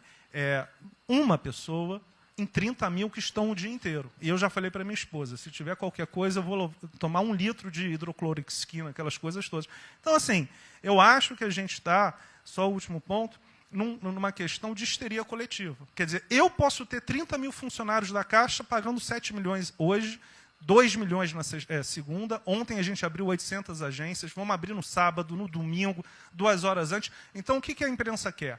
Que você pague e dane-se os funcionários da Caixa. Mas se morrer 2, Jornal Nacional, presidente Bolsonaro e presidente Pedro, irresponsáveis porque abriram. A gente só vai levar porrada. Agora, realmente, meu ponto é inaceitável, foi a primeira vez que aconteceu. Eu conheço a Milene Comini, atleta olímpica. Quer dizer, um atleta olímpico, a esposa atleta olímpica, a filha de 14 anos no camburão. Eu não sei se eles botaram atrás ou no meio. E aí você solta estuprador, então acho que realmente tem uma questão. E, de novo, eu quero só reforçar uma coisa. O ministro Moro, em um dia, resolveu um problema muito importante. Muito obrigado, ministro. O que aconteceu? Os guardas, né, os que ficam dentro da agência, não poderiam, pela legislação, ir para fora. O que aconteceu? O ministro, em 5 horas, resolveu o problema. Então, nos próximos 90 dias, os atendentes da Caixa Econômica Federal, os guardas, vão poder ir para fora para ajudar a fila. Né? Ou seja, porque tem uma fila, tem 250 agências que tem 500 pessoas na fila. E aí, com a ajuda do ministro Moro, da Polícia Federal, eles emitiram uma portaria. Então, só para finalizar, quero agradecer, ministro. Porque só um registro aí, até foi fácil resolver, foi a Polícia Federal que resolveu.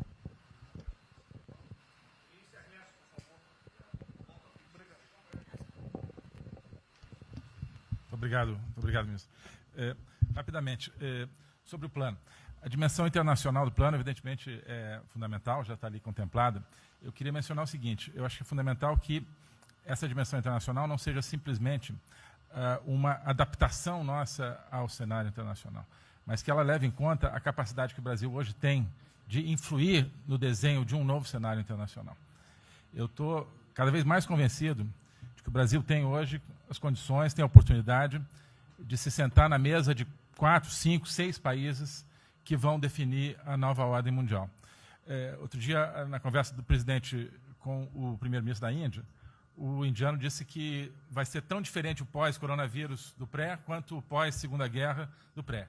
E eu acho que é verdade. E assim como houve um Conselho de Segurança que definiu a ordem mundial, 5 países depois da Segunda Guerra, vai haver uma espécie de novo Conselho de Segurança, e nós temos, dessa vez, a oportunidade de estar nele e acreditar na possibilidade do Brasil influenciar e ajudar a formatar um novo cenário. E esse cenário, eu acho que ele tem que levar em conta o seguinte, estamos aí revendo os últimos 30 anos de globalização, vai haver uma nova globalização.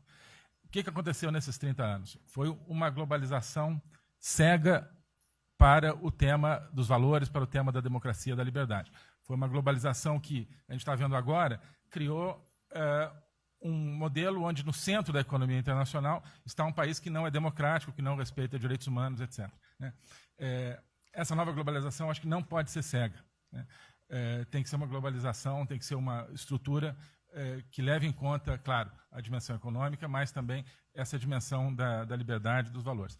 E, da mesma maneira, acho que o plano está apontando para isso, na nossa dimensão nacional, também não pode ser um plano cego para essas dimensões daquilo que nos traz, né, que traz o projeto do presidente, que é não simplesmente a eficiência, a pujança, o crescimento econômico, mas a liberdade, o combate à corrupção, a reinvenção de um Brasil livre dessas mazelas que nós conhecemos. Obrigado.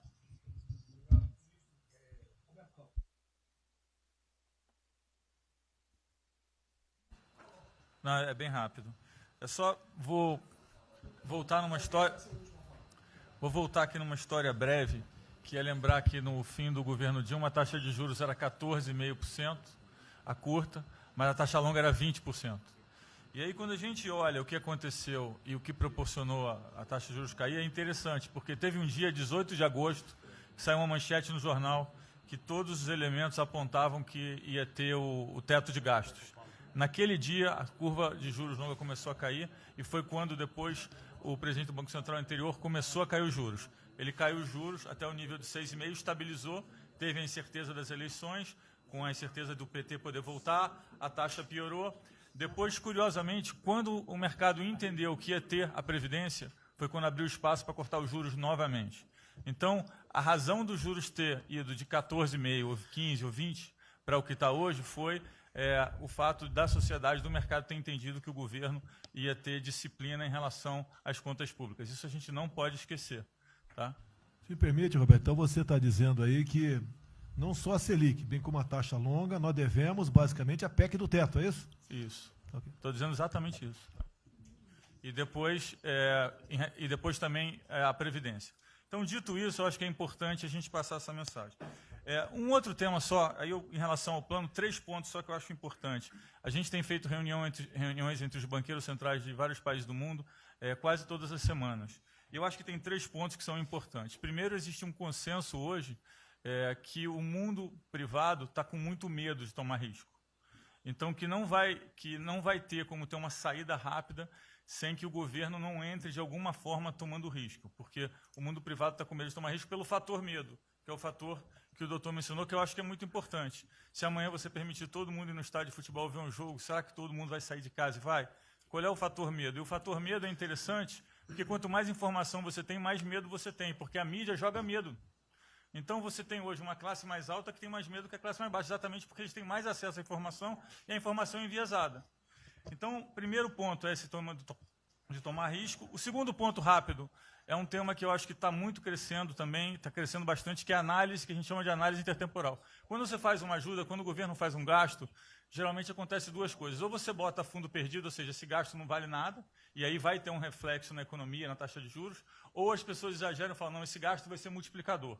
Provavelmente não é nenhuma coisa nem outra. O que eu acho que falta de analisar os gastos do governo é o quanto desse gasto que eu recupero lá na frente, via preservar emprego, via manter uma empresa viva que ia morrer. Então, eu acho que falta análise completa do gasto. O gasto nunca é fundo perdido. Também ele nunca é muito multiplicador, ele é um meio do caminho entre uma coisa e outra. E o que eu acho que falta é a análise de eu vou gastar tanto e esse gasto vai ter essa efetividade. Por exemplo, existe uma percepção do mercado que dinheiro para governador e prefeito é dinheiro jogado fora. Pode ser que seja mentira, mas existe essa percepção hoje. E tem vários vídeos rodando por aí, os senhores devem ter visto, de que o dinheiro vai para a prefeitura e não vai parar, porque vai em bem intangível, que é difícil de controlar. Vai em programa que você nunca tem como monitorar. Então, acho que é importante esse tema de fazer essa análise intertemporal, de ver realmente qual é a eficiência do gasto. E, por último, último ponto, conversando com investidores, a gente tem feito isso, inclusive nós fizemos uma conversa, 2 bancos centrais com investidores, inclusive de infraestrutura, e o problema principal que aparece em toda a conversa no Brasil, do investidor privado, é que, no passado, toda vez que o investidor privado entrou, teve muita sacanagem. O tema da governança é super importante. Então, eu estava conversando com o Marinho, a coisa mais importante desse projeto, na minha opinião, é garantir que a governança é boa, para o investidor privado ter certeza que ele vai estar junto com o governo, ou ele vai estar em grande parte tomando risco, às vezes o governo vai tomar um pouquinho, mas que é uma coisa que ele não precisa se preocupar na frente com a governança. E o jeito de melhorar a governança é colocar agentes internacionais que fazem governança mundial. A gente conversou um pouco sobre isso, é só isso. Obrigado. Obrigado. Ministra Damares, por favor. Perdão, Marcelo já falou? Não. Ministra Damares. Ministro, parabéns pela ideia, mas eu preciso lembrar e e eu preciso fazer sempre isso para que a gente não perca o foco, a questão de valores, ministro. Esse governo tem o pilar dos valores. Não se pode construir nada neste governo sem a gente trazer valores. Nós estamos sabendo, e a gente está falando o tempo todo, que nós não seremos mais os mesmos depois dessa pandemia. O mundo não será mais o mesmo, nós não seremos mais o mesmo, e nós vamos ter que fazer uma revisão de políticas públicas no mundo todo e no Brasil. Nós vamos ter que nos reinventar, com certeza. Neste momento, o que nós estamos vendo aqui no nosso comitê? Nós estamos buscando dados e não estamos encontrando dados. Nós recebemos um governo que não tinha dados. Os dados que nós tínhamos eram falsos, mentirosos. Um Brasil de achismo, um Brasil de talvez, eu acho que é, talvez sim, talvez não. Políticas públicas construídas até agora nessa nação em cima de talvez e de achismo. Nós vamos ter que rever muita coisa. É um país plural. Quando a gente foi buscar os povos tradicionais agora para a gente construir o enfrentamento ao coronavírus, nós descobrimos, ministros, que nós temos 1.300.000 ucranianos no Brasil e ninguém nunca falou de ucranianos para nós no Brasil, com a sua cultura totalmente preservada no Brasil. Nós estamos com 1.500.000 ciganos e eu falava de 1.300.000 e são 1.500.000 ciganos. Nós estamos... Então, presidente, nós vamos ter que rever muita coisa na aplicação das nossas políticas públicas no Brasil. Os nossos seringueiros são em números maiores do que a gente imagina no Brasil. Então, tudo que nós formos construir, nós vamos ter que ver, ministro, a questão dos valores também. Os nossos quilombos estão crescendo e os meninos estão nascendo nos quilombos e seus valores estão lá. Então, tudo vai ter que ver a questão dos valores. E quando eu falo valores, ministro, eu quero dizer para o senhor, nós estamos com quase 80.000 idosos em abrigos no Brasil. Eu me surpreendi com números. Nós estamos com quase 60.000 crianças em abrigos no Brasil. Os números estão me surpreendendo. E eu estou com um número absurdo de mulheres também em busca de abrigos por causa de violência. Então, tudo isso tem que vir para este pacote. Nós vamos ter que fazer algumas revisões de políticas públicas no Brasil. Então, por favor, ministro, coloque aí a questão de valores. E quando eu falo valores, aí eu quero olhar para o nosso novo ministro aqui da Saúde e dizer, ministro, valores estão lá no seu ministério também. Neste momento de pandemia, a gente está vendo aí a palhaçada do STF trazer o aborto de novo para a pauta. E lá estava a questão de as mulheres que são vítimas do Zika vírus vão abortar. E agora vem no coronavírus. Será que vão querer liberar que todos que tiveram coronavírus poderão abortar no Brasil? Vão liberar geral? O seu ministério, ministro, está lotado de feminista que tem uma pauta única, que é a liberação de aborto. Quero te lembrar, ministro, que está chegando agora, este governo é um governo pró-vida, é um governo pró-família. Então, por favor. E aí, quando a gente fala de valores, ministro, quero dizer que nós estávamos, sim, no caminho certo. A gente não precisa reinventar muita coisa, não. E eu quero citar aqui o exemplo da política indigenista, como este governo estava construindo. Todo mundo começou a dizer, a esquerda começou a falar, que o coronavírus iria dizimar os povos indígenas no Brasil. O primeiro óbito, dia 12 de abril, sabe o que é isso? A forma como nós estávamos conduzindo a política indígena no Brasil. Primeiro óbito, dia 12 de abril. E eu fui lá para a Amazônia, em Roraima, junto com o presidente da FUNAI e o secretário nacional de saúde indígena, para acompanhar o primeiro óbito. A forma como a gente conduziu deu muito certo. Vamos ter que melhorar? Vamos ter que melhorar. E por que nós fomos lá, presidente? Porque nós recebemos a notícia que haveria contaminação criminosa em Roraima, em Amazônia, de propósito, em índios, para dizimar aldeias e povos inteiros para colocar nas costas do presidente Bolsonaro. Eu tive que ir para lá com o presidente da FUNAI e me reuni com os generais da região e o superintendente da Polícia Federal para a gente fazer uma ação ali meio que sigilosa, porque eles precisavam matar mais índio para dizer que a nossa política não estava dando certo. Então, o que a gente estava fazendo estava dando certo, o que nós estamos fazendo está dando certo. Então, aqui, general, todo o nosso trabalho que envolve políticas de valores precisa estar aqui no Pró-Brasil. E aí, presidente, só para encerrar, eu quero dizer para o senhor que a sua angústia tem razão de ser. Nunca houve tanta violação de direitos no Brasil como neste período. Direitos fundamentais foram violados. No nosso Disque 100 tem mais de 5 mil registros, ministros, de violação de direitos humanos. Mas o senhor tem uma ministra de Direitos Humanos e uma equipe muito corajosa. São mais de 5 mil procedimentos e ações que estão sendo construídos. Governadores e prefeitos responderão processos. Idosos estão sendo algemados e jogados dentro de camburões no Brasil. Mulheres sendo jogadas no chão e sendo algemadas por não terem feito nada. Nós estamos vendo padres sendo multados em R$90 mil porque estavam dentro da igreja com 2 fiéis. A maior violação de direitos humanos da história do Brasil nos últimos 30 anos está acontecendo neste momento. Mas nós estamos tomando providências, a pandemia vai passar, mas governadores e prefeitos responderão processos e nós vamos pedir, inclusive, a prisão de governadores e prefeitos. E nós estamos subindo o tom. E discursos estão chegando. O nosso ministério vai começar a pegar pesado com governadores e prefeitos. Nunca vimos o que está acontecendo hoje. Se eles falavam que nós éramos violadores de direitos, eles estão. Inclusive, o governador Wellington, agora, ontem, determinou que a polícia poderá entrar nas casas. Vocês não imaginam o que ele vai fazer. Poderá entrar assinou. A polícia poderá entrar na casa sem mandato. Então, assim, as maiores violações estão acontecendo nesses dias. Então, nós estamos fazendo enfrentamento, mais de 5 procedimentos, o nosso ministério já tomou iniciativa e nós estamos pedindo, inclusive, a prisão de alguns governadores. Então, está aí algumas respostas. Valores, por favor. Valores. Ministro Damares, houve aqui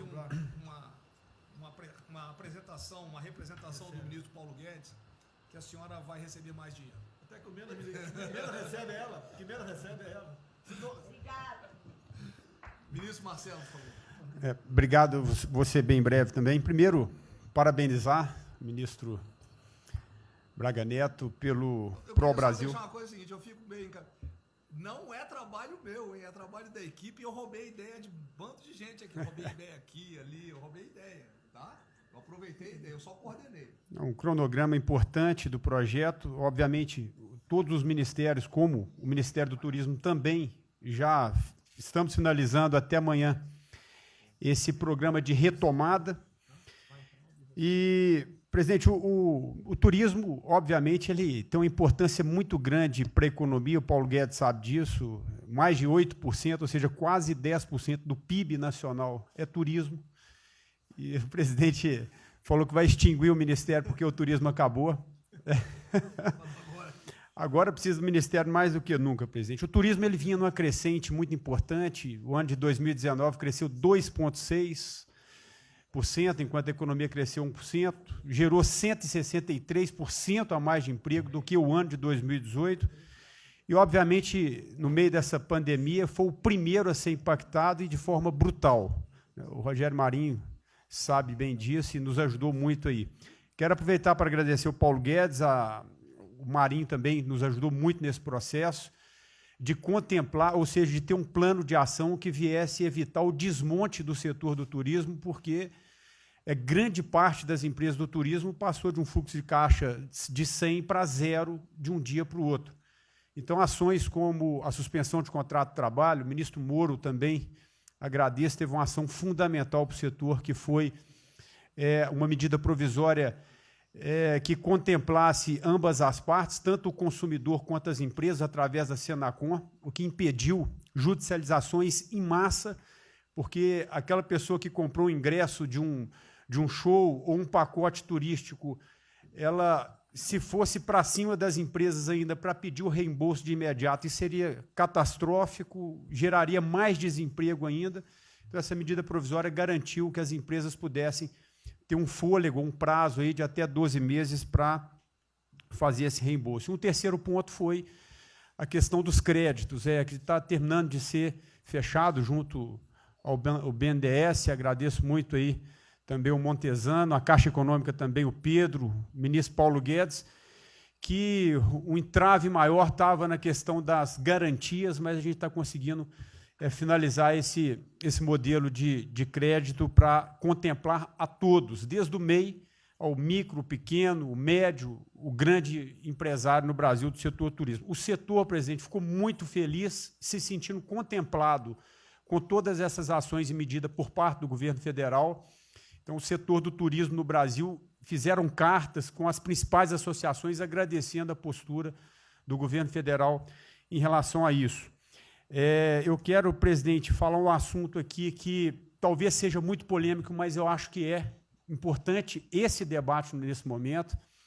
Aí eu falo também para a ministra Damares, que eu sei que é uma pauta muito sensível também a ela, que é a questão, presidente, porque o Ministério do Turismo agora tem que ter um planejamento, um plano de atração de investimentos, que é o que gera emprego, renda, é o que ajuda, obviamente, a economia do Brasil. E, para isso, presidente, eu acredito que é um momento propício, nesse planejamento da retomada, discutir os resorts integrados. Não é legalização de jogos, não é bingo, não é caça-níquel, são resorts integrados. Obviamente, presidente, uma pauta que precisa de ser construída, a Damares está olhando com cara feia para mim, uma pauta que precisa de ser construída com as bancadas da Câmara, tanto a evangélica quanto a católica, mostrando ou desmistificando vários mitos que giram em torno disso. Não sei se o ministro Paulo Guedes concorda. Nós temos a possibilidade de atrair pelo menos 40 bilhões de dólares para o Brasil só de outorgas, de investimentos imediatos com essa pauta. Mas o que precisa ser feito, presidente, é realmente desmistificar a questão de evasão de divisas, de lavagem de dinheiro, de tráfico de drogas, e, para isso, eu sugeriria que, nesse debate, pudéssemos contar com o Ministério da Justiça, através da Polícia Federal, o Ministério Público na mesa, a Receita Federal, os órgãos de controle, mas, obviamente, presidente, uma pauta que só levaríamos para frente se a gente conseguir pacificar ou nos fazer entender pelas bancadas evangélica, pela bancada católica, para que não haja uma distorção na comunicação disso. Tem que ser um projeto muito bem feito, que eu acredito que pode ser, e nesse processo da retomada, uma grande oportunidade para o Brasil atrair grandes complexos, dos quais apenas 3% são utilizados para os cassinos. E outra, isso não tem impacto diretamente nenhum na família dos trabalhadores brasileiros. Pacto com o diabo. Não, não é bem assim, não. Vou ter que começar a desmistificar para a Damares aqui, estou vendo isso. Então, presidente, aqui não estou dizendo que a gente tem que colocar isso como um projeto de governo, obviamente, mas abrir esse debate em torno dos resorts integrados. Propõe a data, a gente reúne os ministérios, Tá bom. a gente conversa. E, para finalizar, presidente, o ministro Nelson, prazer estar aqui com o senhor a primeira vez. A gente fez um projeto muito bem elaborado, né, dentro do âmbito do Comitê de Operações, que visa fazer com que os hotéis possam abrigar os profissionais de saúde, e só os profissionais de saúde. A questão anterior do Ministério, por 2 vezes eu mandei a mensagem, não se manifestou, não se interessou, mas eu acredito que é um projeto que pode, sobretudo, trazer para o governo federal uma boa visibilidade com essa preocupação de quem está na linha de frente do combate, que são os profissionais de saúde. Visando 2 coisas, eu já vou terminar, que é, primeiro, melhorar essa logística do profissional de saúde, que sempre tem um hotel próximo ao hospital, aos hospitais, e também a preservação da família desses profissionais, mostrando, obviamente, a sensibilidade do presidente Jair Bolsonaro na preocupação com essas vidas desses profissionais. Obrigado, ministro. Tem uma reunião, que dia que é a reunião? Parece que é hoje, às 16 horas. Hoje, então. Já tem uma reunião marcada para a gente discutir isso aí. Tá bom. Obrigado. Obrigado. Saúde e turismo. A gente definir. Penúltimo debatedor, ministro Weintraub. Obrigado. Tem 3 anos que eu... Fui claro no penúltimo. Muito obrigado. Tem 3 anos que, através do Onix, eu conheci o presidente. Nesses 3 anos, eu não pedi uma única conselho, não tentei promover minha carreira, me ferrei na física, ameaça de morte na universidade, e o que me fez, naquele momento, embarcar junto, era a luta pela liberdade. Eu não quero ser escravo nesse país. E acabar com essa porcaria que é Brasília. Isso daqui é um cancro de corrupção, de privilégio. Eu tinha uma visão extremamente negativa de Brasília. Brasília é muito pior pior do que eu podia imaginar. As pessoas aqui perdem a percepção, a empatia, a relação com o povo. Se sentem inexpugnáveis. Eu tive o privilégio de ver a mais da metade aqui desse time chegar. Eu fui secretário executivo do ministro Onix. Eu acho que a gente está perdendo um pouco desse espírito.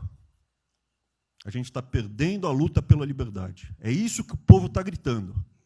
Não está gritando para ter mais Estado, para ter mais projetos, para ter mais... O povo está gritando por liberdade. Ponto. Eu acho que é isso que a gente está perdendo. Está perdendo mesmo. O povo está querendo ver o que me trouxe até aqui. Eu, por mim, botava esses vagabundos todos na cadeia, começando no STF. E é isso que me choca. Era só isso, presidente. Eu realmente acho que toda essa discussão de vamos fazer isso, vamos fazer aquilo, eu vi muitos ministros que chegaram, foram embora. Eu percebo que tem muita gente com agenda própria. Eu percebo que tem, assim, tem um jogo que é jogado aqui, mas eu não vim para jogar o jogo. Eu vim aqui para lutar. E eu luto e me ferro. Eu estou com um monte de processo aqui no Comitê de Ética da Presidência. Eu sou o único que levou processo aqui. Isso é um absurdo o que está acontecendo aqui no Brasil. A gente está conversando com quem a gente tinha que lutar. A gente não está sendo duro bastante contra os privilégios, contra o tamanho do Estado. E eu realmente estou aqui de peito aberto, como vocês sabem disso. Levo tiro. Odeio o Partido Comunista. Ele está querendo transformar a gente numa colônia. Esse país não é... Odeio o termo povos indígenas, odeio esse termo, odeio. O povo cigano, só tem um povo nesse país.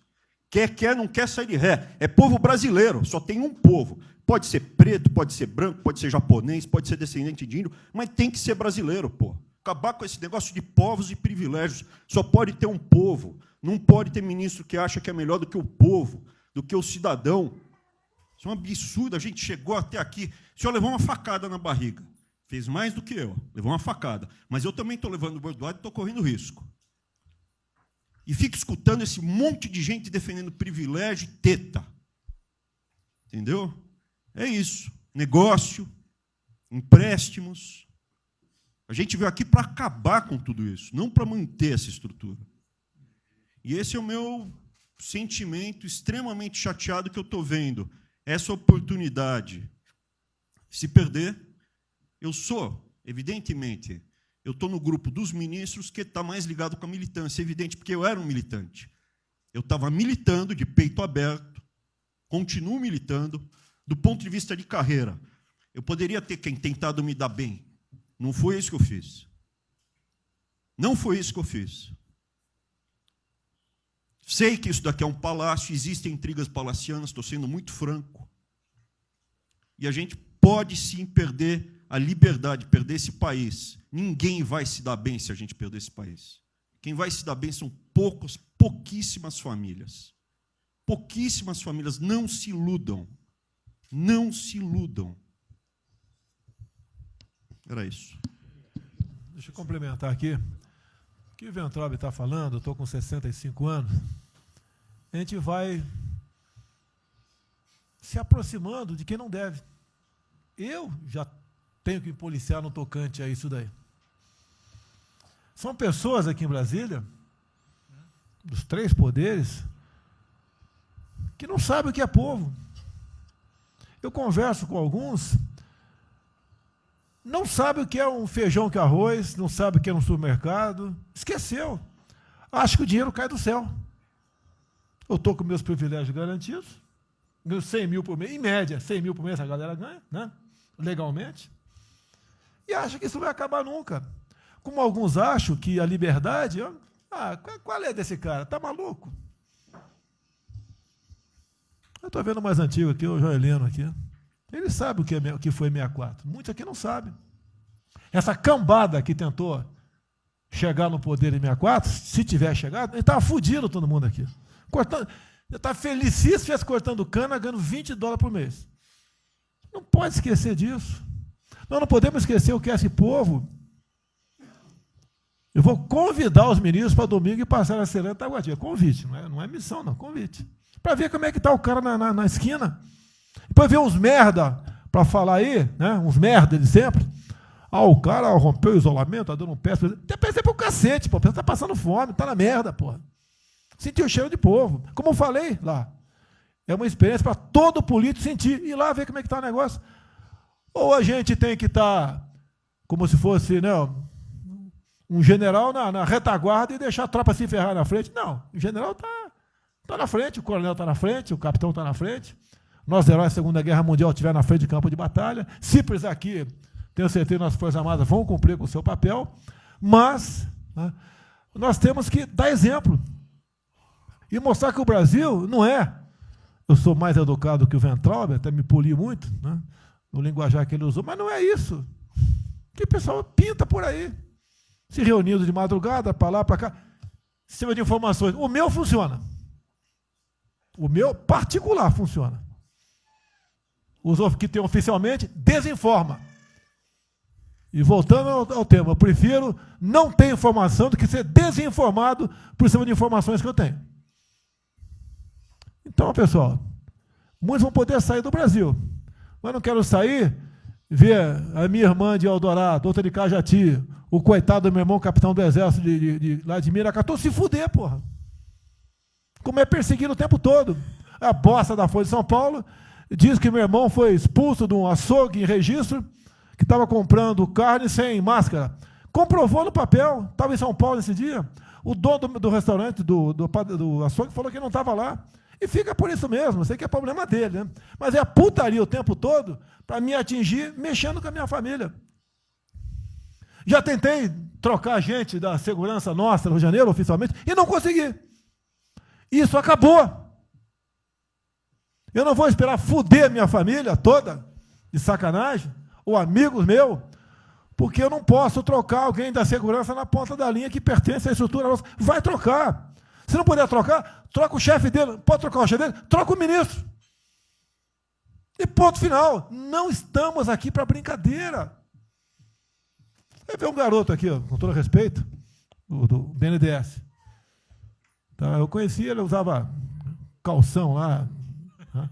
Pode ver os Estados Unidos para cá, podia estar muito bem lá.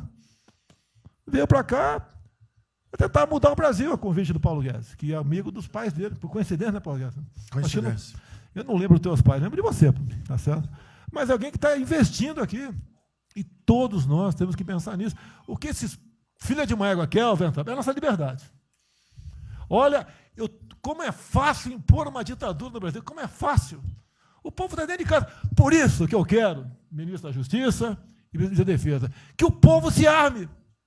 Que é a garantia que não vai ter um filho da puta aparecer para impor uma ditadura aqui.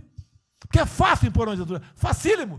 Um bosta de um prefeito, faz um bosta de um decreto, algema e deixa todo mundo dentro de casa. Se tivesse armado, ia para a rua.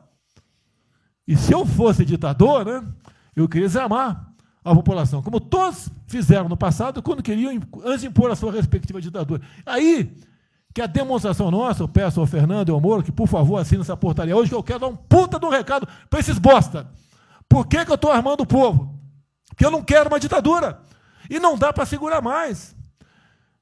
Não dá para segurar mais. Quem não aceitar as minhas bandeiras, Damares, família, Deus, Brasil, armamento, liberdade de expressão, livre mercado, quem não aceitar isso está no governo errado. Esperem para 22, né, o senhor Álvaro Dias, espere o Alckmin, espere o Haddad, ou talvez o Lula, né? E vai ser feliz com eles, pô. No meu governo está errado. É escancarar a questão do armamento aqui. Eu quero todo mundo armado. Que povo armado jamais será escravizado. E que cada um faça, exerça o teu papel, se exponha. Aqui eu já falei.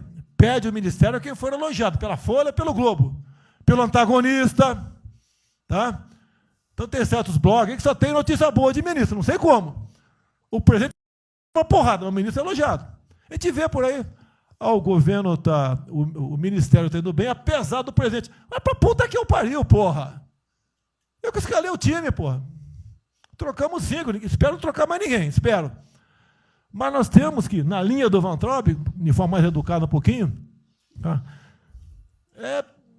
Se preocupar com isso. O que os caras querem é a nossa hemorroida, é a nossa liberdade. Isso é uma verdade. O que esses caras fizeram com o vírus, esse bosta desse governador de São Paulo, esse estrume do Rio de Janeiro, entre outros, é exatamente isso. Aproveitaram o vírus, está um bosta de um prefeito lá de Manaus agora, abrindo covas coletivas. Um bosta que quem não conhece a história dele, procura conhecer, que eu conheci dentro da Câmara, coisa do meu lado. Ah. E nós sabemos a ideologia dele, o que ele prega, e quem ele sempre foi. O que está aproveitando agora um clima desse para levar o terror no Brasil. Ah. Então, pessoal, por favor, se preocupe, que é de mais importante que a vida de cada um de vocês, que é a sua liberdade. Come preso não vale porra nenhuma. Bom, presidente, esses valores e esses princípios, e o alerta aí do Weintraub é válido também, como sua evocação, é que realmente nós estamos todos aqui por esses valores. Nós estamos aqui por esses valores. Nós não podemos nos esquecer disso.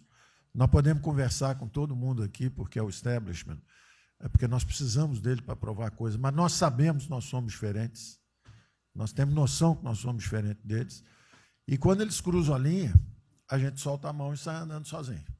Enquanto eles estiverem no trilho conosco, no caminho de fazer as reformas que nós prometemos, nós estamos juntos. Na hora que o cara soltou a mão e passou para o lado de lá, a gente deixa o cara ir sozinho, a gente continua sozinho e vai procurar outra conversa, em outro lugar. Então, eu acho que manter essa ideia que nos trouxe aqui, e eu tenho dito isso em todo lugar, e lá fora, eu converso, semana passada conversei com os ministros da Fazenda de G20, conversei com os ministros também de Economia dos BRICS, e a mensagem que eu levo é sempre a mesma: o Brasil vai surpreender o mundo. Vocês duvidavam da nossa democracia, duvidavam do nosso presidente é democrata e vai fazer as mudanças. E aprovamos a reforma da Previdência o ano passado, enquanto os franceses fizeram passeatas contra a reforma da Previdência. Agora, a mesma coisa, estou dizendo, nós vamos continuar aprofundando as reformas, nós vamos seguir. Eu conheço todas as histórias de reconstrução por profissão, obrigado a estudar isso, a reconstrução da Alemanha na Segunda Guerra, na Primeira Guerra com o Schatz, na Segunda Guerra com o Ludwig Erhard, a reconstrução da economia do Chile com os caras de Chicago, o caso da fusão das duas Alemanhas, eu conheço profundamente, no detalhe, não é de ouvir falar, é de ler 8 livros sobre cada reconstrução dessa. Então, eu li Keynes 3 vezes no original antes de eu chegar a Chicago. Então, para mim, não tem música, não tem dogma, não tem blá, blá, blá. Tem estudos sobre todas as ocasiões. E nós demos uma demonstração disso quando nós estávamos indo numa direção norte, com as reformas estruturantes, e, de repente, em 3 semanas e meia, nós fomos para o sul. E nós somos elogiados hoje lá fora. Semana passada, todo mundo elogiando, fazendo referência, que o Brasil está à frente de todos os emergentes e Paris-Passu ali só está atrás um pouquinho dos Estados Unidos, porque os Estados Unidos está naquele caso que é o cara que tem a moeda forte, emite 1 trilhão para cada problema que ele tem e ninguém reclama. Fizemos vários programas antes dos alemães, vários programas antes dos ingleses, vários programas, de todo tipo. Então, se não existe algo aqui, é dogma. Existe capacidade de trabalho com um grupo extraordinário que eu tenho. Então, nós atacamos em todas as direções. Primeiro, o campus foi lá e reduziu os compulsórios em 200 bilhões. Logo depois, nós não tínhamos espaço constitucional, fizemos antecipações de benefícios e diferimento de impostos, porque não tinha espaço constitucional. Logo depois, tivemos espaço pelo Supremo e pelo Congresso. Entramos nas constitucionais, gastamos 300 e poucos bilhões, que não é muito. Para terem uma ideia, o último déficit do governo Temer foi 160. Nós gastamos 300. Não gastamos tanto assim, mas atingimos 50 milhões de brasileiros, como diz lá o Pedro. 70 milhões de brasileiros. Né? Lançamos essa camada para os mais frágeis, pegamos os idosos, pegamos as empresas, microcrédito, depois de 0 a 360 mil, depois de 360 mil a 10 milhões, montamos um comitê de bancos, estamos lá com o Montesano agora fazendo justamente a reestruturação. Não vai ter molezinha para a empresa aérea, para nada disso. É dinheiro que nós vamos botar usando a melhor tecnologia financeira lá de fora. Nós vamos botar dinheiro, vai dar certo e nós vamos ganhar dinheiro. Nós vamos ganhar dinheiro usando recursos públicos para salvar grandes companhias. Agora, nós vamos perder dinheiro salvando empresas pequenininhas. Então, nós estamos fazendo tudo by the book direitinho. Na conversa com os ministros da Fazenda lá de fora, eu disse que nós estamos com um déficit extraordinariamente alto esse ano, da mesma forma que eles, está todo mundo na mesma direção, só que nós caímos no chão, está uma confusão, tiro, porrada e bomba, mas nós não perdemos a bússola. A gente cai, levanta e sabe para onde nós temos que ir. Nós não vamos perder a bússola. Nós sabemos dos valores, sabemos dos princípios, sabemos o que nós estamos defendendo. Nós estamos defendendo liberdade, liberdade econômica, liberdade política. Nós sabemos o que nós estamos defendendo. E estamos agora, no meio dessa confusão, derrubando a última torre do inimigo, que é uma coisa que nós vamos fazer a reconstrução e a nossa transformação econômica. A outra coisa são as torres do inimigo que a gente tinha que derrubar. Uma era o excesso de gasto na Previdência, derrubamos assim que entramos. A segunda torre era os juros estão descendo e vão descer mais ainda. O Campos tem o mapa já, nós estamos descendo. Então, para ter uma ideia, o ano passado, para esse ano, 120 bilhões a menos de juros. Um plano Marshall por ano, né? Sem juros, de juros a menos. Então, nós sabemos, e é nessa confusão toda, todo mundo está achando que estão distraídos, abraçaram a gente, enrolaram com a gente, nós já botamos a granada no bolso do inimigo. 2 anos sem aumento de salário. Era a terceira torre que nós podíamos derrubar. Nós vamos derrubar agora também. Isso vai nos dar tranquilidade de ir até o final. Não tem jeito de fazer um impeachment se a gente tiver com as contas arrumadas, tudo em dia, acabou, não tem jeito, não tem jeito. E o presidente está no ponto futuro, porque o presidente falou o seguinte, tudo bem, tem a primeira onda que é a da saúde, mas tem a segunda que é da economia, e uma vem agarrada com a outra. Nós estamos ainda tentando sair da primeira, a segunda já está querendo bater. Eu ainda acho que nós estamos preservando os sinais vitais da economia brasileira. Ela, para mim, ainda é um urso hibernando. Você baixa sua energia para zero, consumo de energia para quase zero, só respira, mas quando você sai da gruta, você sai para comer o primeiro bicho que passar, você tem força. Nós não podemos deixar isso graças à super safra da nossa Tereza, à logística do Tarcísio, a comida está chegando, as exportações estão seguindo, a China é aquele cara que você sabe que você tem que aguentar, porque, para vocês terem uma ideia, para cada $1 que o Brasil exporta para os Estados Unidos, exporta 3 para a China. Você sabe que ele é diferente de você, você sabe que geopoliticamente você está do lado de cá. Agora, você sabe o seguinte, não deixa jogar fora aquilo ali não, porque aquilo ali é comida nossa, nós estamos exportando para aqueles caras. Não vamos vender para eles, ponto crítico nosso, mas vamos vender a nossa soja para eles, isso a gente pode vender à vontade, eles precisam comer, A Índia também vai precisar comer, vai ser o trading da água, eles vão dizer que é a melhor trading da água. Outro dia alguém comentou comigo, acho que foi o Campos, não foi, Campos? Foi. É o trading da água, quer dizer, os caras precisam de alimento, não tem água, nós temos muito mais água do que eles têm, então eles vão ter que abrir mão da agricultura para fazer outras coisas e nós vamos poder exportar para eles também. Então nós temos um mapa de voo bom, nós temos uma equipe jovem, preparada, todo mundo trabalhando juntos, e nós não vamos perder o rumo, nós não podemos perder o rumo, então vai ter muita conversa, vamos para cá, vamos para lá, vamos fazer isso, vamos fazer aquilo, não vamos perder o rumo não. Pode dar vestimento, bota peruca loura, passa batom vermelho, faz uma opção de coisa que for necessário politicamente, mas não vão perder o rumo econômico, não, nós sabemos onde nós estamos indo. Então, eu estou só dando uma mensagem de tranquilidade para todo mundo aqui, que é o seguinte, nós estamos fazendo nada exótico, dogmático, nada disso. Nós estamos indo numa direção, fizemos o que o mundo inteiro fez, em 3 semanas e meia, nós fizemos o que o mundo inteiro fez, só que nós não vamos perder o rumo, não. Nós sabemos para onde nós vamos voltar já, tá certo? E se o mundo for diferente, nós vamos ter capacidade de adaptação. Por exemplo, eu já tenho conversado com o ministro da Defesa, já conversamos algumas vezes, quantos 200 mil, 300 mil, quantos jovens aprendizes nós podemos absorver nos quartéis brasileiros? 1 milhão? 1 milhão a R$200, que é o Bolsa Família, R$300, para o cara de manhã faz calistenia, aprende civil, organização social, como é que é o OSPB, né? Organização Social Política, né? Faz ginástica, canta o hino, bate continente, de tarde aprende a ser um cidadão, pô. Aprende a ser cidadão, disciplina, usar o tempo construtivamente, pô. Voluntário para fazer estrada, para fazer isso e aquilo. Sabe quanto custa isso? R$200 por mês, 1 milhão de cada, 200 milhões, pô. Joga 10 meses, aí 2 bi, isso é nada.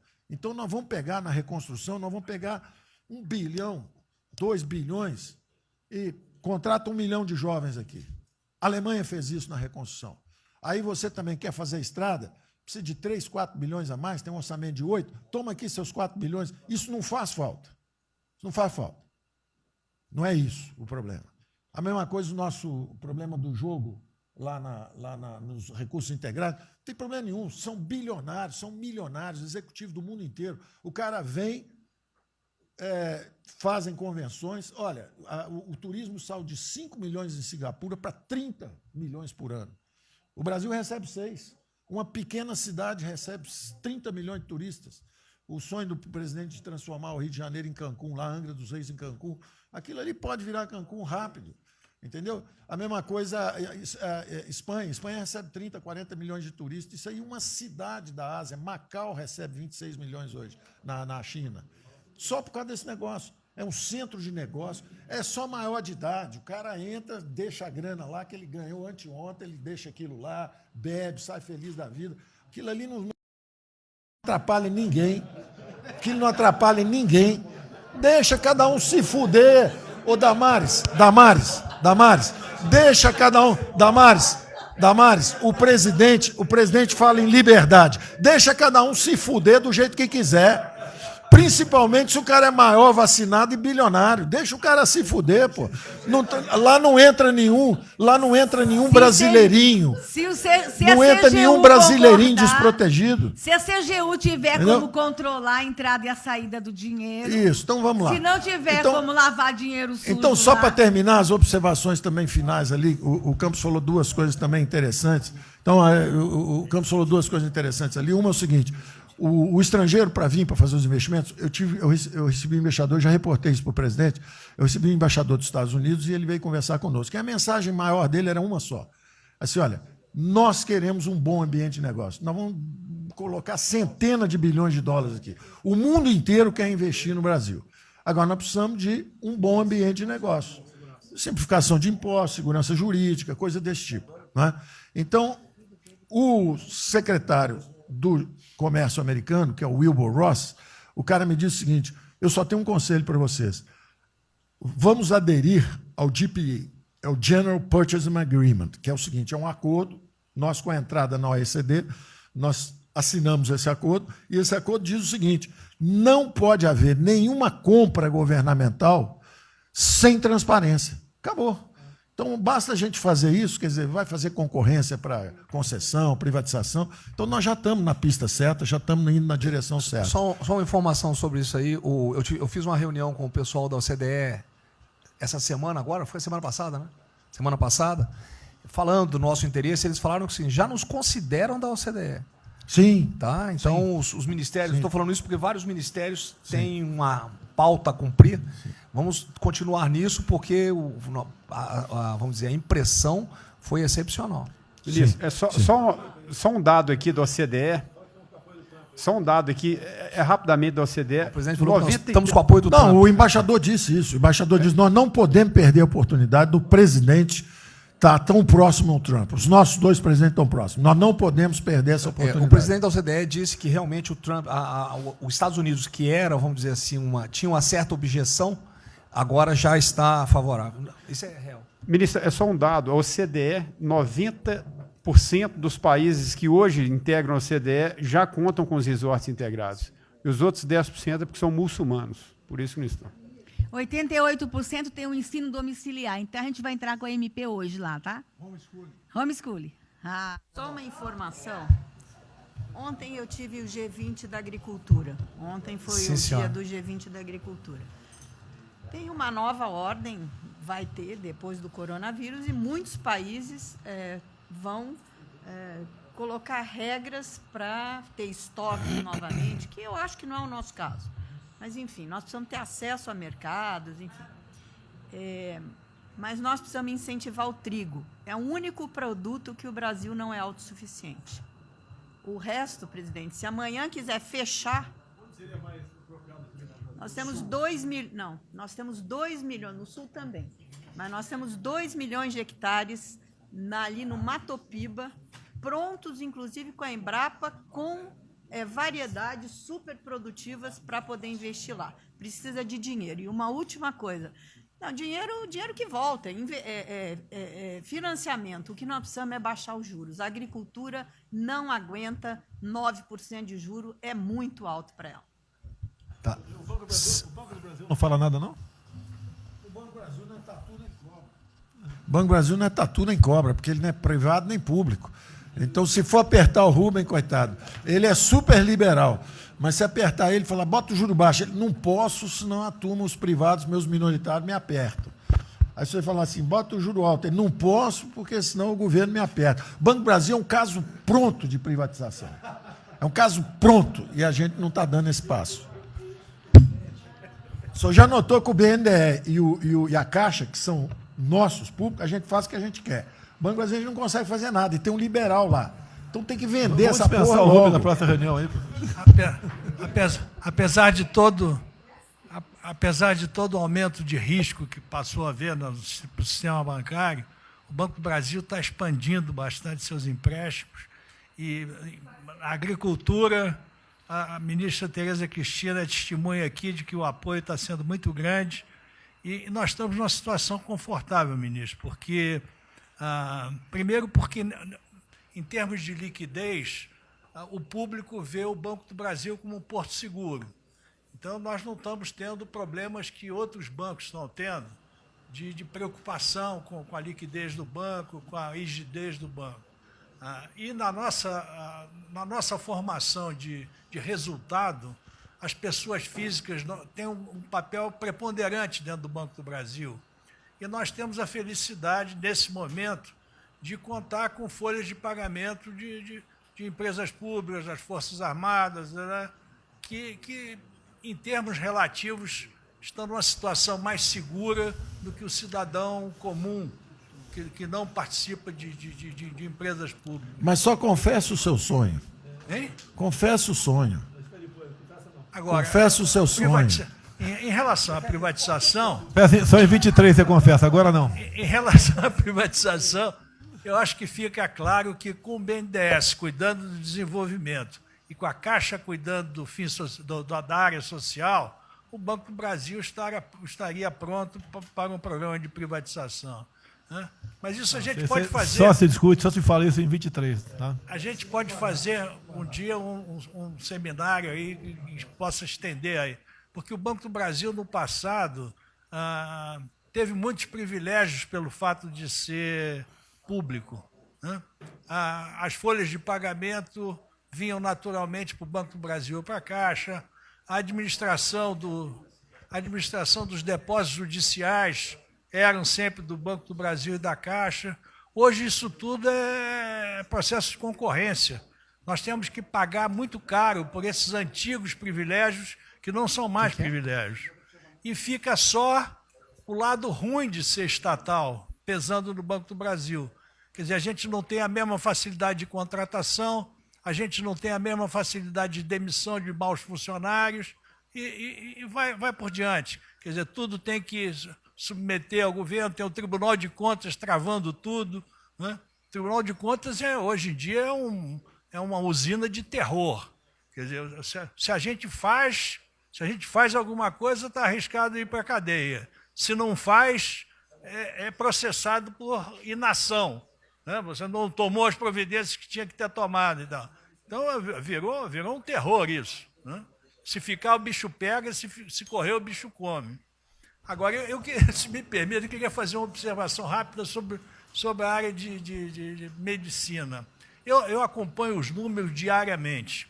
Eu vejo que os óbitos, eles chegaram diários, passaram de 200 durante alguns dias, 4, 5 dias, mais de 200 pessoas sendo mortas. De uns 4, 5 dias para cá, esses óbitos caíram bastante, já não chegam mais na casa de 200. A minha sensação, de quem não é especialista no negócio, mas que observa os números, é que o tal do pico, o tal do famoso pico, que gerava tantas preocupações, a minha sensação é que esse pico já passou. Né? Agora... É que o senhor não viu o número que nós mostramos lá em cima agora, mas isso é outra história. Senhores, sem querer cortar, muito obrigado a todos, porque senão não termina. Presidente.